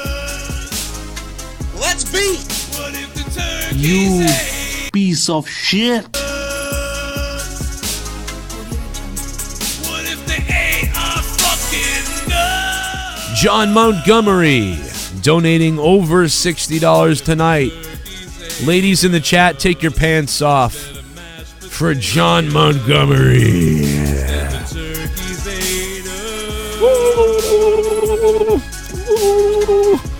Is this man single? Joe, I done told you. We contract deception K9S to public schools and businesses. We have fraternity house, we search frequently. It's legit, you could sell it BC, it works. I might seriously holler at you for a job on the future. I see talent in you. Thank you, John. I appreciate it, man. Yeah, anytime you want, man. I'll always be up for trying to help you sell something. Whether I have to be there or be on the phone or on the internet, whatever it is, I can do it. You might as well hit me up. It's no big deal. I work until I sell. You know what I mean? Until I make a sale and I make you money, I don't want any money until I mean, you've already given me a ton of money, but I mean, I wouldn't, I would expect to sell you something first, to be like, let me sell you this. Give me the shit. Like, let me sell it. And then you could, you'd see. I enjoy that. But that being said, damn, John Montgomery. Holy shit. And by the way, guys, I am going to be playing video games for a few, so stick around for that. We're going to go over to Twitch again. And maybe tonight is the night that I'll get into some real shit. Some community shit. Maybe tonight's the night where I get into it. And let me go to the phone call. Oh, he hung up the phone. Oh, 203, I was going to take your call, man. He took off, though, looks like. I get why he did, because he was like, what the hell's going on? Why am I on hold? But I was only putting you on hold so you didn't hear all that static noise and shit. Why did Justin Bailey message me?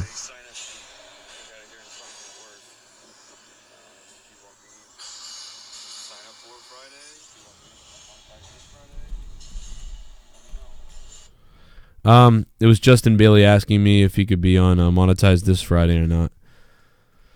So, Justin Bailey has work. He can take double shifts at work this Friday. So, if I can pay Justin Bailey enough to cover his work shift, he can be on the show. But if I can't, he can't be on the show. And he makes kind of a bit of money, a good amount of money at that job on that hour. So, unfortunately, it looks like I kind of had a bad week on Monetize this last Friday. And I kind of go week to week on what I can do. And I probably am going to have to advise Bailey to take his work shift, because I don't want him to lose out on money. So, that means that I don't think I can have Bailey be on Monetize this Friday. And that's just another slap in the face to life.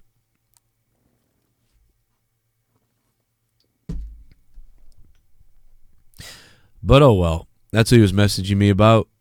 So I think I'll have to think about it and look at the funds. But I think you should take the double overtime or whatever it is. Double overtime. I remember getting double overtime. I remember one time I worked double overtime and then I got a speeding ticket for $250 because I was driving there trying not to be late to work.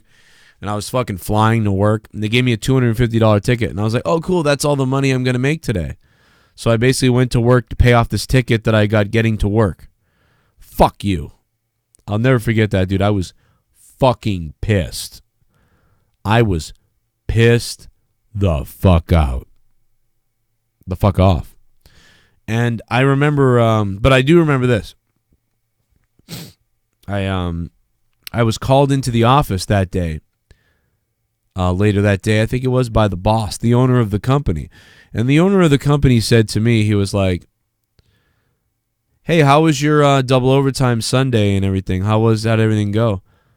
He's like, and I'm like, horrible, because I drove to work that day and got a $250 speeding ticket. So all the money I made and then some went out the window. So I was kind of like excited to make all this extra money. And then I got this ticket. And so, like, honestly, I was not happy. So it wasn't a fun day for me. He's like, really? He's like, that's awful. I'm like, yeah, kind of whatever. He's like, well, I asked you that because I was going to ask you if you'd want to do it every other week. And, of course, I was kind of like, I don't know. He was like, well, also, he's like, and listen, we'll take care of that speeding ticket or whatever. He's like, so don't worry about it. And I was like, what? And he goes, yeah, don't worry about that. We'll take care of that. And he cut me a check for $250 and gave me the money for the speeding ticket. And I was like, all right, now you got me. Now I'll be here every other Friday, every other Sunday. It was for Sundays. A pretty cool thing by that guy. That's a pretty crazy thing. Guy cut me a $250 check. He's like, yeah, we really needed coverage that day, so I appreciate you, and I need coverage in the future.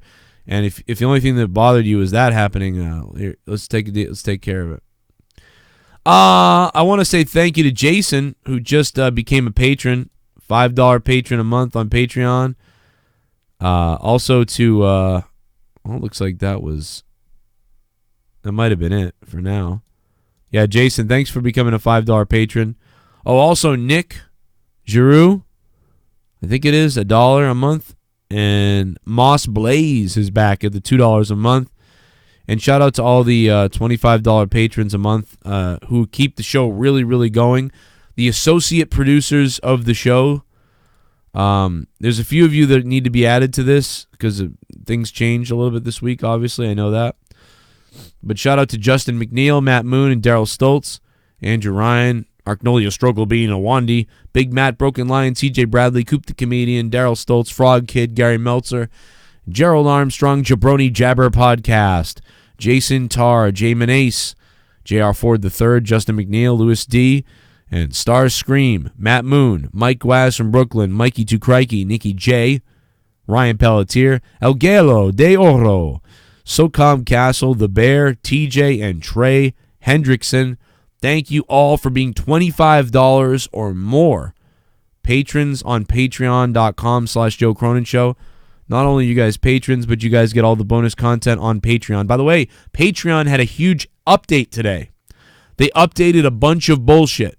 One of the things they updated was audio playing having errors. So audio playing having errors, losing the spot you were last in when you played that audio. All of that now functions and works on mobile and everywhere else. They put out a release today in an email telling everybody that they'd fixed these things and all the bug fixes with the audio app that they use that we all experience issues with. So that is huge because that was pissing us all off for a long time. We fixed a bug that causes crashing when audio is playing. That would happen to me all the time when I was playing audio through the app. A lot of times I download the audio because I want to save the data. But if I'm at home, I just want to play it. And it would shut off and you'd have to download it. So now you don't have to download it anymore. You can just hit play. Like, oh, I want to hear Joe Cronin here on Morning Madness. Or I didn't do Morning Madness, but it's Cronin Speaks. Morning Update. You just click it. It fucking plays. And it doesn't shut off. People in the house. That was the record for the most bits and most support ever on, old enough to be okay. I would like to. So that's all there, plus all my other podcasts, plus the Corrupted podcast from last week. Everything is there, and I'm really happy with that update by them. So thank you for that update, Patreon, because damn, it really was pissing me off before that. That being said, I am live on the Purple Place. There's a lot more wrestling to really talk about, so I'm going to have a video tomorrow. We're going to be doing Out of Nowhere tomorrow, so I think Jake DeMarco will be back tomorrow. Hopefully he hopes to be back. WWE canceled another SmackDown event over the wild card rule, so another live SmackDown event was canceled due to this new rule. AEW announces Jon Moxley's debut opponent. We knew who that was. That didn't even need to be announced, but I get it. All Elite Wrestling announced on Twitter that Luchasaurus has joined the roster. So Luchasaurus is now on the roster as well. So there's some nice information coming from AEW. What the fuck? Lucha's no more, basically, to be honest. That being said, I'm going to move to video games now. We're live on the Purple Place on Twitch. If you guys want to join me, well, I do that. Let's talk a lot of bookings going on in the Midwest. Let's talk a little bit more about the AEW final thoughts. Well, I go ahead and get my gaming shit set up here. But 352, can you hear me? Yeah, I can. There we go. 352, what is up? What's up? I didn't get to watch the full show. I worked last night, so I just watched whatever was on random YouTube streams as I can. Yeah.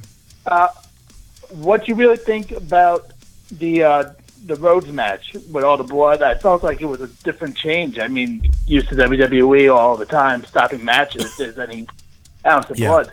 Well, I think my one critique of it is that I think I don't know if he obviously I can't believe he meant to cut himself that much. It was very dangerous, and it would have been nice.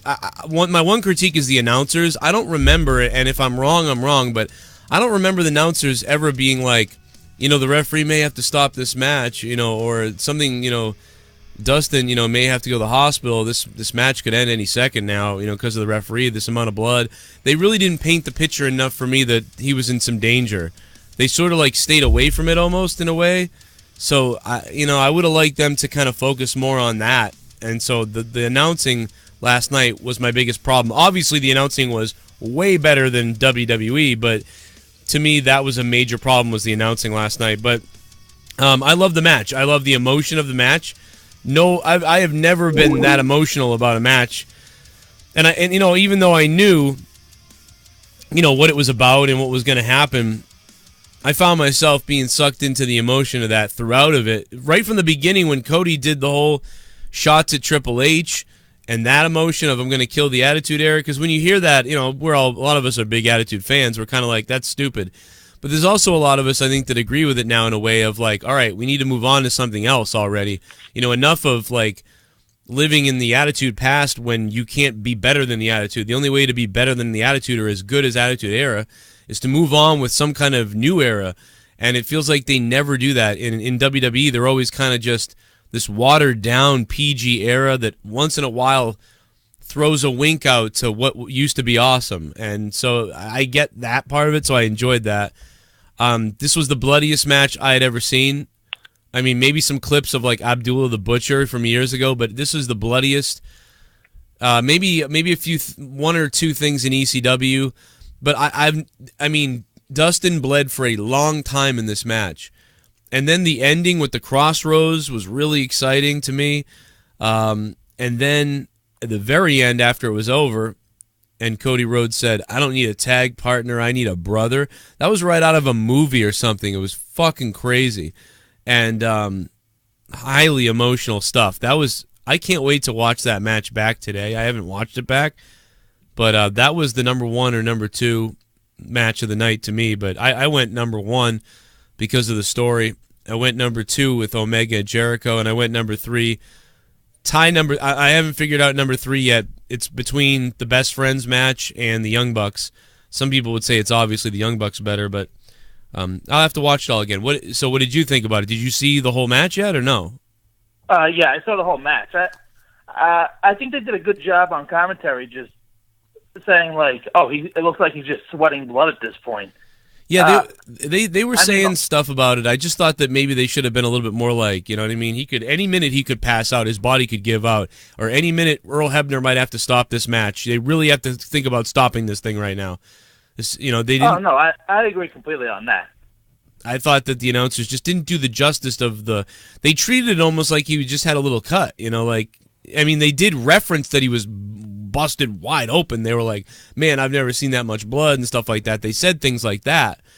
They made obvious statements about wow, there is gallons of blood. JR said some things that were like, you could tell JR was cringed out by the whole thing, but they never sort of made it sound like, this is dangerous for Dustin. He's going to lose.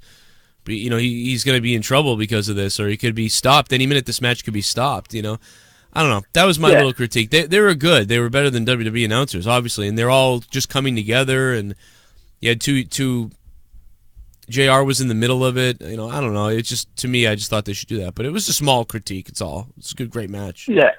And then I have one more question, if you don't mind. Yeah. I saw the DDP randomly showed up there. Do you know the connection between him and the Rhodes family? Because I didn't know there was one at all. Oh, of course. Yeah, they go back to WCW. Oh, all right. Yeah. I didn't start watching WWE until about 2008, so I'm more new to that type of stuff, so I had no idea. Oh, okay, yeah. So they go back to the mid '90s. DDP and Dusty and all those guys. So yeah, absolutely. All right, I appreciate you taking my call. Yeah, man, good call. No problem. Good call. Good way to start the calls. All the donations are on, guys. If you want a super chat, the super chat is available down there below. If you want to use Streamlabs, the link is in the description box down below. Nightbot's whoring it out a little bit here or there. And the donation amounts are all listed down in the description box if you guys want to do that. And we will those will all play over the air with whatever you want to say, do, or, as always. I will have my gaming stream up later. We'll see how that goes. Otherwise, I'm going to take a break and relax and have a good weekend and enjoy the fact that we don't have any school tomorrow, I don't have to take my kid to school tomorrow. My other two kids don't go to school yet. Jericho was saying he was not going to go to StarCast. He was unhappy, and he had post... that was a portion of the AEW Double or Nothing Final Thoughts video that we did live the other day. And now I'm going to switch over to Twitch, man. We're live on Twitch on the Purple Place. And we'll stay on YouTube for a little while as well. So if you're cool here, be cool here. But also I'm going to go over to the Purple Place. So come on over there. We had over 100 people come over last night. And that was a blast. And we want to kind of continue that shit tonight. What up, Mezzy? Let me see if I can get Denise's tweet out there with the link to the Twitch. It's just Joe Cronin JCS on Twitch. Joe Cronin JCS. And a lot of you guys really wanted PUBG. So I'm going to try to give you right now, hopefully, I'm going to give you PUBG. I'm gonna give you PUBG. Yeah.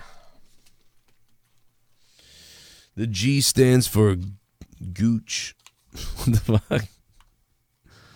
The fuck am I talking about? The G stands for Gooch. That's funny. Not. Let me move this down here. There. Oh, no. Down here. And then I'll make me smaller. Come here, damn it. Ugh. So much shit on the screen.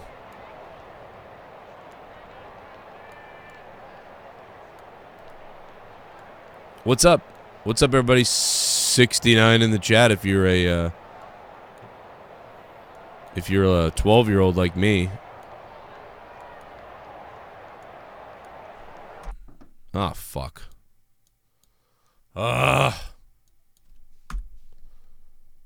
This fucking thing, dude. Sometimes I just want to punch somebody.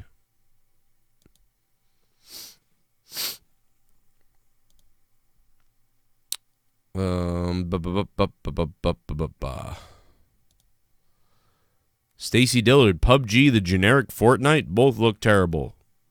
Wow, you just hate life, huh? Stacy Dillard hates life. It doesn't matter what it looks like if you like it. That's all that matters, if you like it. If it's fun, that's what matters. Dude, this fucking screen shit right now, though, is pissing me off. Seriously. Should I play Madden instead, Stacy?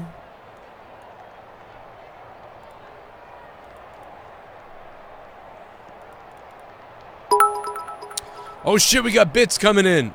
Joe, let's play some duos on PUBG. Michael of Doom, what up, Michael? Yeah, I'd join you on PUBG for a few. Jet718, what's up, Jet? Thank you for subscribing. 13 months in a row on Twitch.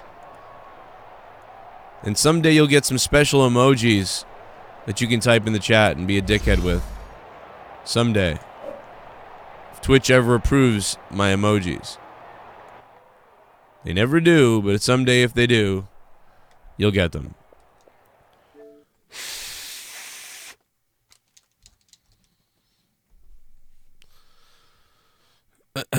H1Z1 is the OG. Yeah. It's made by the same people as PUBG, so H1Z1 is made by the same people as PUBG, except for it's more fucked up. I used to play it. I used to play that game too, like 4 years ago, 5 years ago.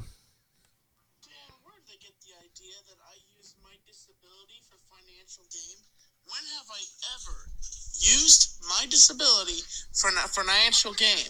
When do you think? Who is telling people that I do this shit? Because I don't.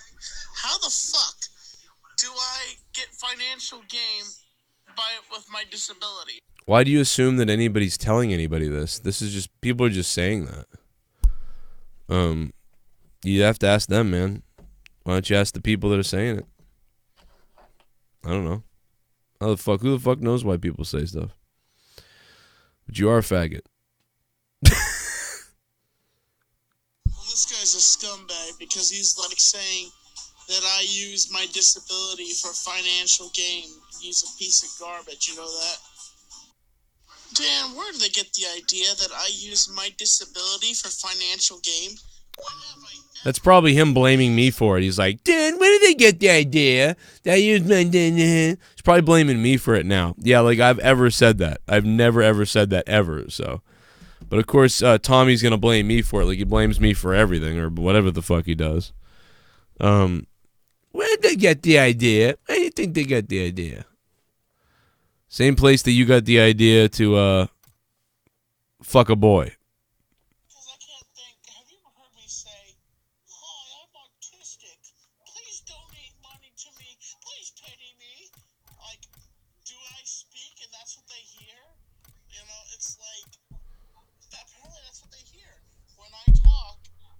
I don't use my disability for financial gain. They hear, hi, my name is Tommy NC2010, and I'm autistic. Please donate to me because I'm... Oh my god, I'm clipping that, Tommy. I don't know, the same people that say that I'm a beggar or whatever, it's the same thing. It's whatever. I don't know why you even get mad about it. It's stupid. It's funny though. I enjoy it. I enjoy the shit.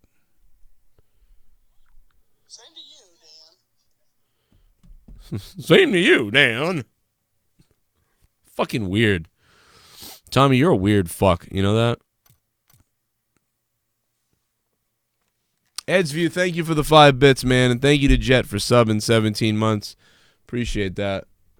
Keep the gaming stream going tonight, baby. Let's see how long we can keep it going tonight. I do have to play Diablo at some point, but right now...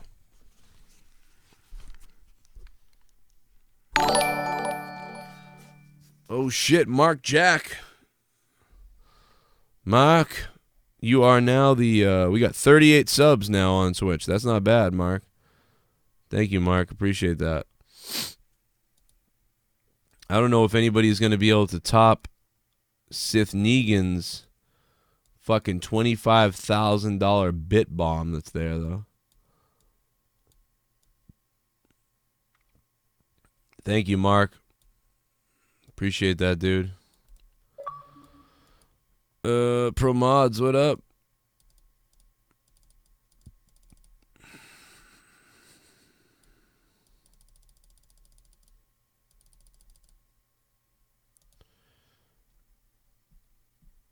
And we got Bird and Ed's View in the silver and bronze right there behind Sith Negan.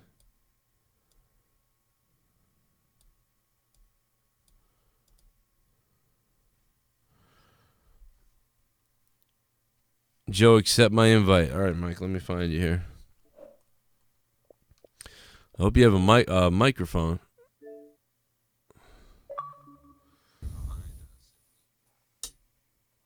Let's see if I can get mine to work now.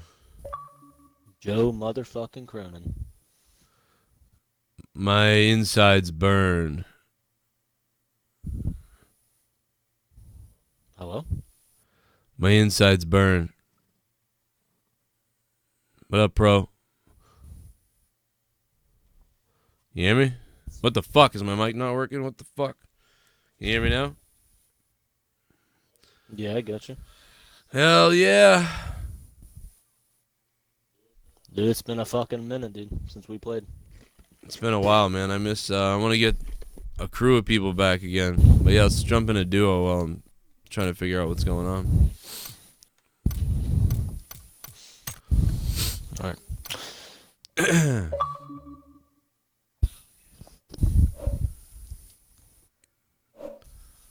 What the hell? I wouldn't let me join easy. What's up, Super Laser? Do you want to play all the maps, or? I don't care, yeah. We can play all or just whatever. I'm fine with all of them. It doesn't matter to me. I used to like when they did war mode and the events and all that shit, and I liked when you could pick one or the other, but now it's all fucked up. Yeah, I like being on like a team of 10 and then just trying to win. Edsview wants to play? Can you play me, Edsview? Oh shit! You get it. Oh no, I just play the game. We'll get Eds in here while we're playing. Because I don't. You got it ready up. I don't even think that he's. Oh my bad. I don't even think that he's on my Xbox list. Baby bird style on your mommy. What up, Drew Bar? Yeah, 25,000 bits from Negan is a bomb, dude. I'll be there all week, too.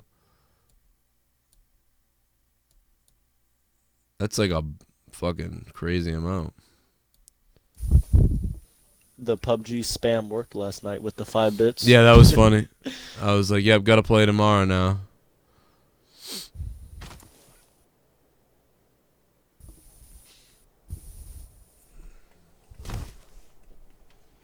Yeah, it's hard for me to play Halo after this. I'd play if I play this and then try to switch to Halo, or it fucks me all up.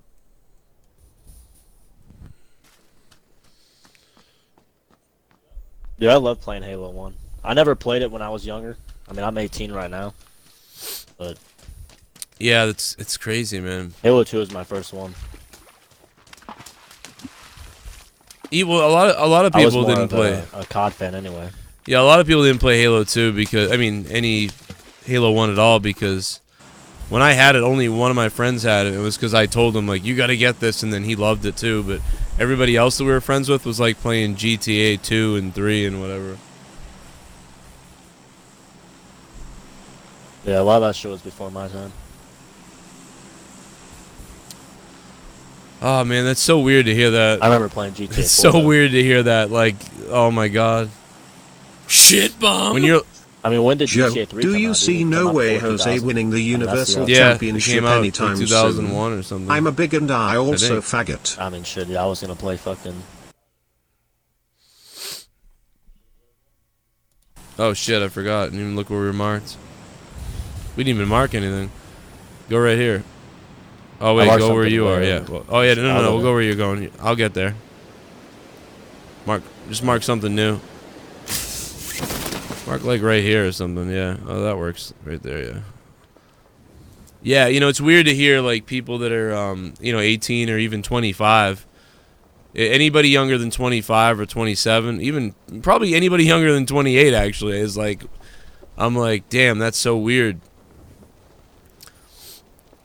I think it's because too is like I grew up with a lot of shit changing.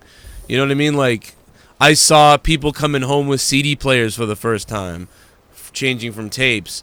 You know, I saw people fucking getting telephones in their bedroom for a second number. goofy shit like that. Like we saw the computers, everybody start to have a computer in their home. Everybody get the internet on the computer for the first time. Nintendo and Sega started becoming big, and everyone had to have a video game console for the first time. I saw people start having cell phones for the first time.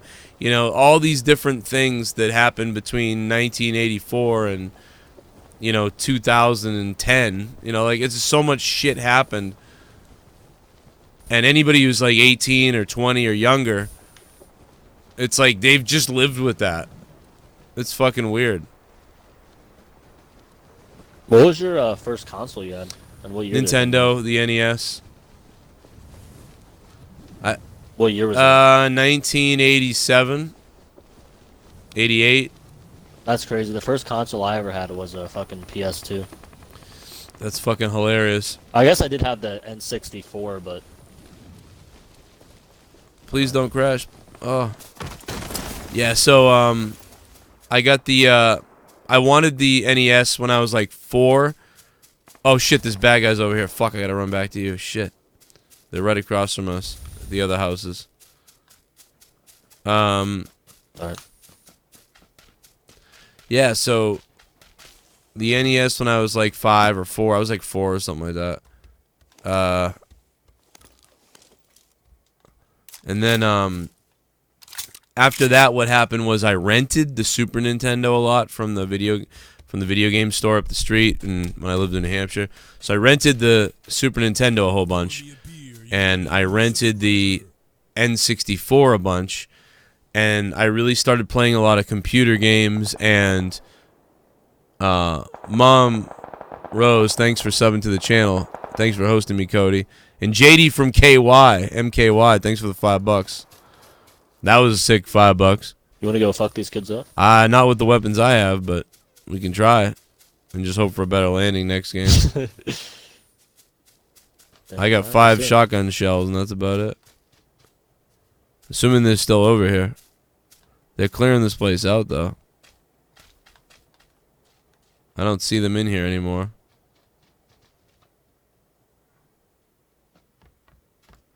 They might have ran off to the next place. I would say, let's go over here. Just for now. Who knows if they went that way, though. Check where that drop is going. Yeah, we're fucked right now. Hopefully they didn't hit this spot. We're not actually far at all. So after the I don't see any open yeah, doors. this looks good right here. After the anyway, after all that, I had a Nintendo, obviously, and I rented consoles here or there to play them. And then oh shit! I thought that was you. Rip. Wow. I stared right at it. We stared at each other like, oh, hey, what's up? And I was like, oh, it's you, okay. And then I realized I didn't see your name above. Wow. Behind you. Oh. I could hear him. He jumped out the window and ran around. What a cunt. Yeah, I gotta fix my fucking game shot. But, oh, that was a shitty landing. We fucked up our landing. Or I fucked it up. But, yeah, so then I got a PlayStation 1. But my buddy came over every weekend, and my buddy had an N64 and a Sega CD. But I got a Sega Genesis. So I got a Sega Genesis probably about 2 years after the Nintendo. So in like 1990 or something, I got a Sega Genesis. So really, when I was a kid, it was all Nintendo and Sega Genesis until the PlayStation came out. When the first PlayStation came out, I fucking loved the shit out of that thing. And I played PlayStation 1 up until... then I played a lot of computer games in PlayStation 1. And I read about Xbox in like 1999 or 2000. It wasn't called Xbox, though. It was called, Microsoft is coming out with a game system. And I was in high school with my buddy, and I remember reading the magazine and being like, hey, dude, you seen this? Like, fucking Microsoft's going to make a gaming console? How weird is that? And he was like, that's weird. It'd basically be like if Amazon came out with a gaming console nowadays. You know, like Amazon's going to make a gaming console. What was Microsoft like even before, like, the original Xbox? They were like they are now, I guess, but even more important in a way, like, because everybody talked about Microsoft this, Microsoft that. Like when Microsoft used to release a new, like, Windows 95 or Windows 98. When Windows 98 came out, it was like a big deal. Like, now when the new Windows comes out, it always just feels like it's a pain in the ass. You're like, all right, now Windows 10's coming out, all right, whatever. But back then it was like, oh shit, I can't wait to see what they do. Like, it's a different feeling nowadays. They're almost like WWE now or something. But it's still Microsoft. It's huge. Maybe go.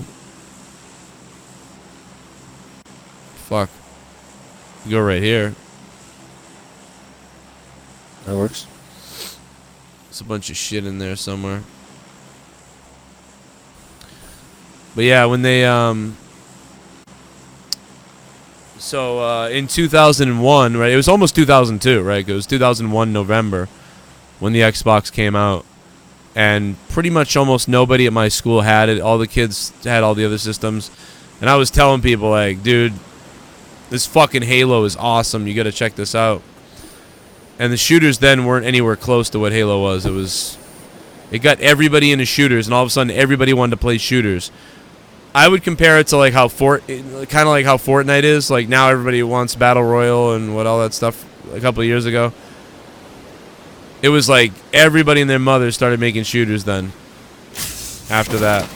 Especially after, actually, it was around Halo 2 when that really happened, because the online multiplayer was so crazy. Alright, which one of these houses do we want to What do you think the most realistic game was at that point, though? Realistic? Like the most realistic shooter. Probably Halo. Wasn't you ever play Medal of Honor? Yeah, it was pretty good, but it was like I mean, that was like competing with Call of Duty at one point, very early stage. Yeah, but those were like 2000. I want to say 2006 or something. Yeah, maybe. I mean, I remember playing it. Medal of Honor was good though. So it had to be a little bit later. There's a bad guy over here. Nothing in here, really? Nothing? Fucking Red Bull. That was another shit. Man, I made a bad call again. Yeah, we were pretty far. Fucking strike 2 on me. But, yeah, it's weird. I don't know, I mean, like, game, you know, I don't know what to tell people, but it's just so weird because I feel like I'm an old person now, like when I'm not, but I mean, like when I'm like younger people, it's like, oh yeah, you don't remember, like, because when I was a kid, like, we all played Sonic the Hedgehog and Mario Brothers and fucking, you know, wrestling games, and fucking we still played like the old games, like the original Zelda, and all the old time like arcade type games are still around, and it was just different. And when Sega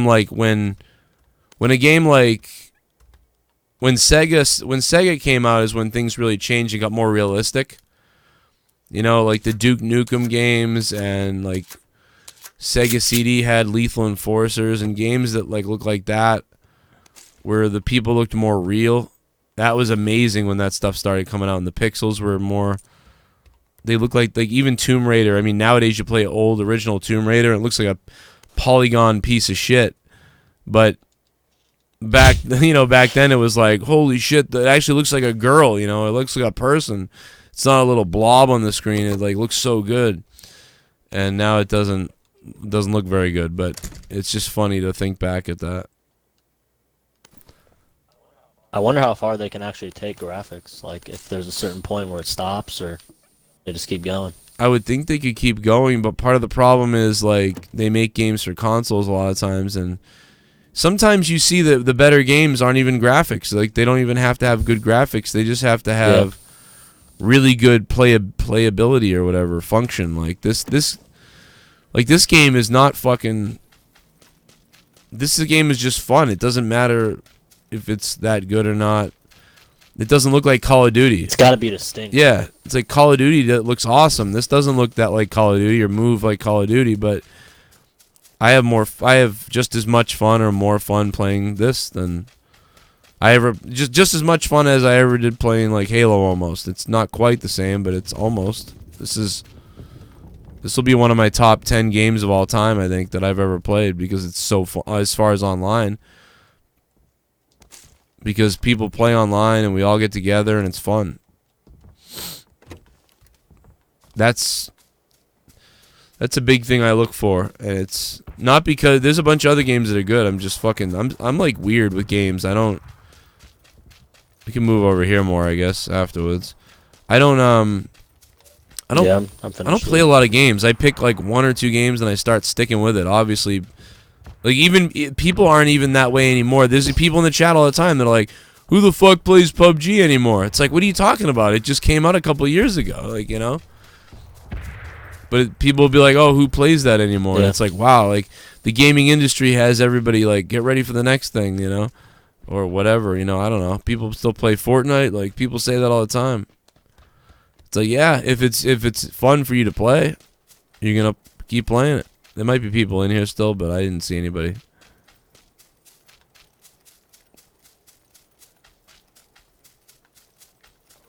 I'm gonna loot these group houses right here.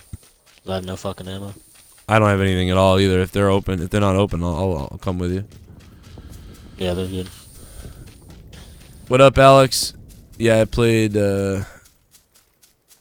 What? What's up, Real Cody? There might be people here.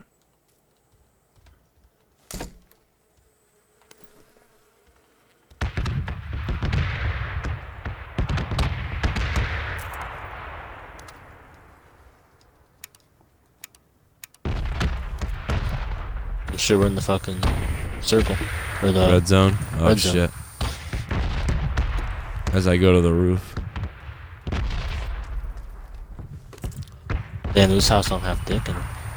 Yeah, this one over here just had Red Bull in a backpack. Can't believe that.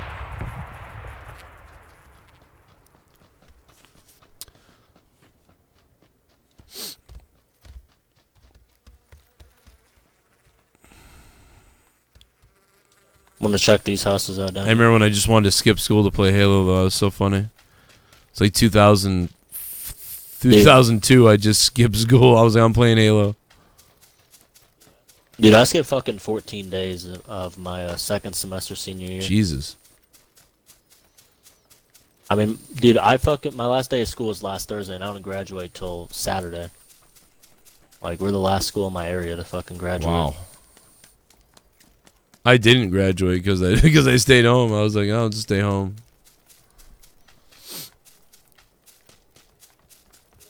Yeah, I felt like I was gonna get kicked out if I didn't fucking actually go to school, so. Oh, yeah, they meant it in my place. They were like, yeah, you're going to go to summer school or you're not going to get a diploma. I was like, oh, I'm not going.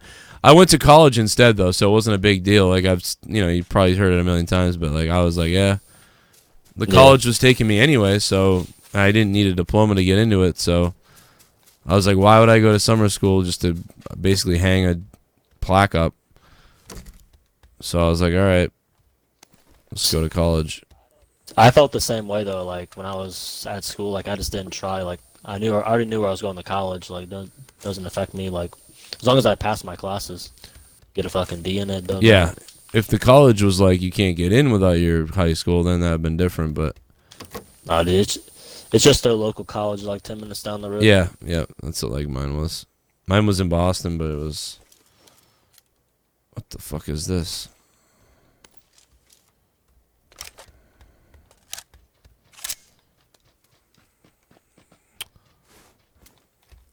I passed a few semesters, so I was like, all right, cool, I'm doing this right.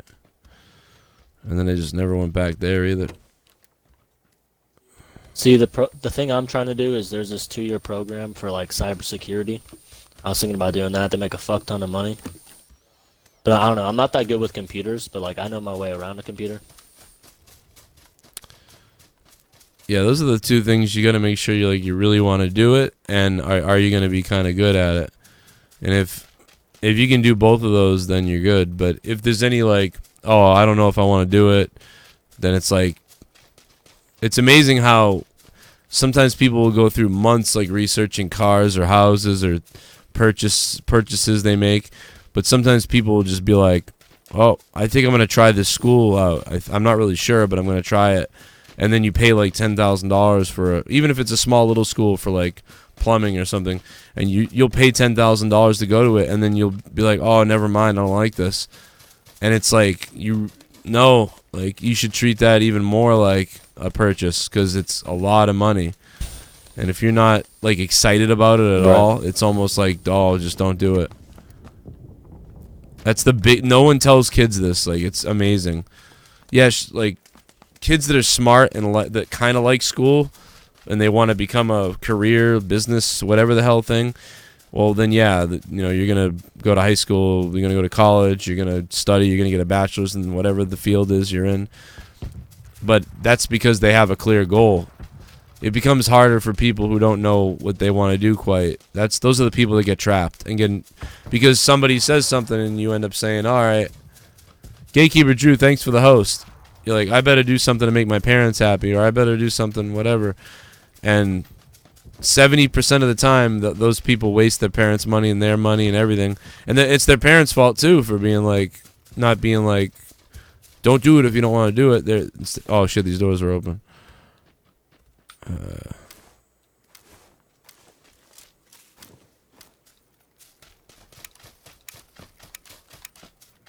Yeah, doors open in this house too. Yeah, this probably was looted a while ago. Yeah. I guess we should make our way more inland. So maybe down this road here. Hopefully we don't get shot in the ass.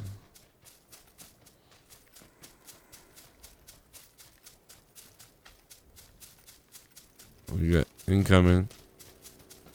That's coming from behind left of us.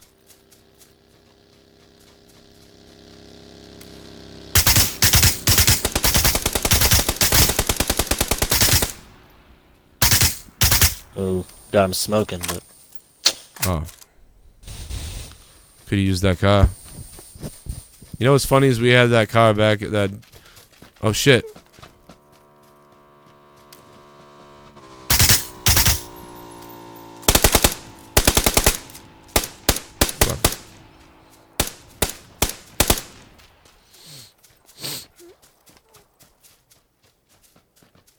Oh, man.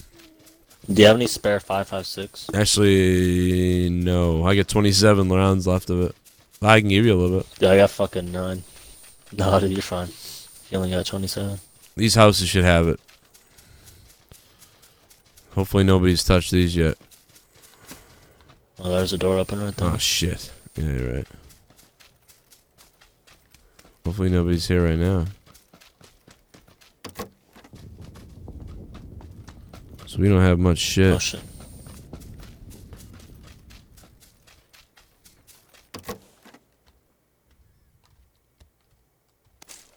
I need to get my 5 or 7.62. Yeah, looks like they covered this place and closed the door.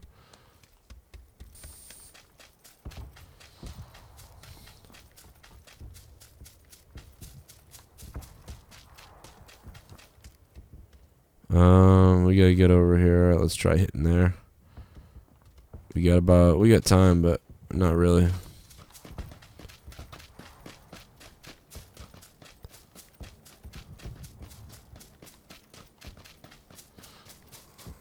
Oh, plane. Fuck, that plane is flying way away from us. Matthew, thanks for the host. What's up, Mike?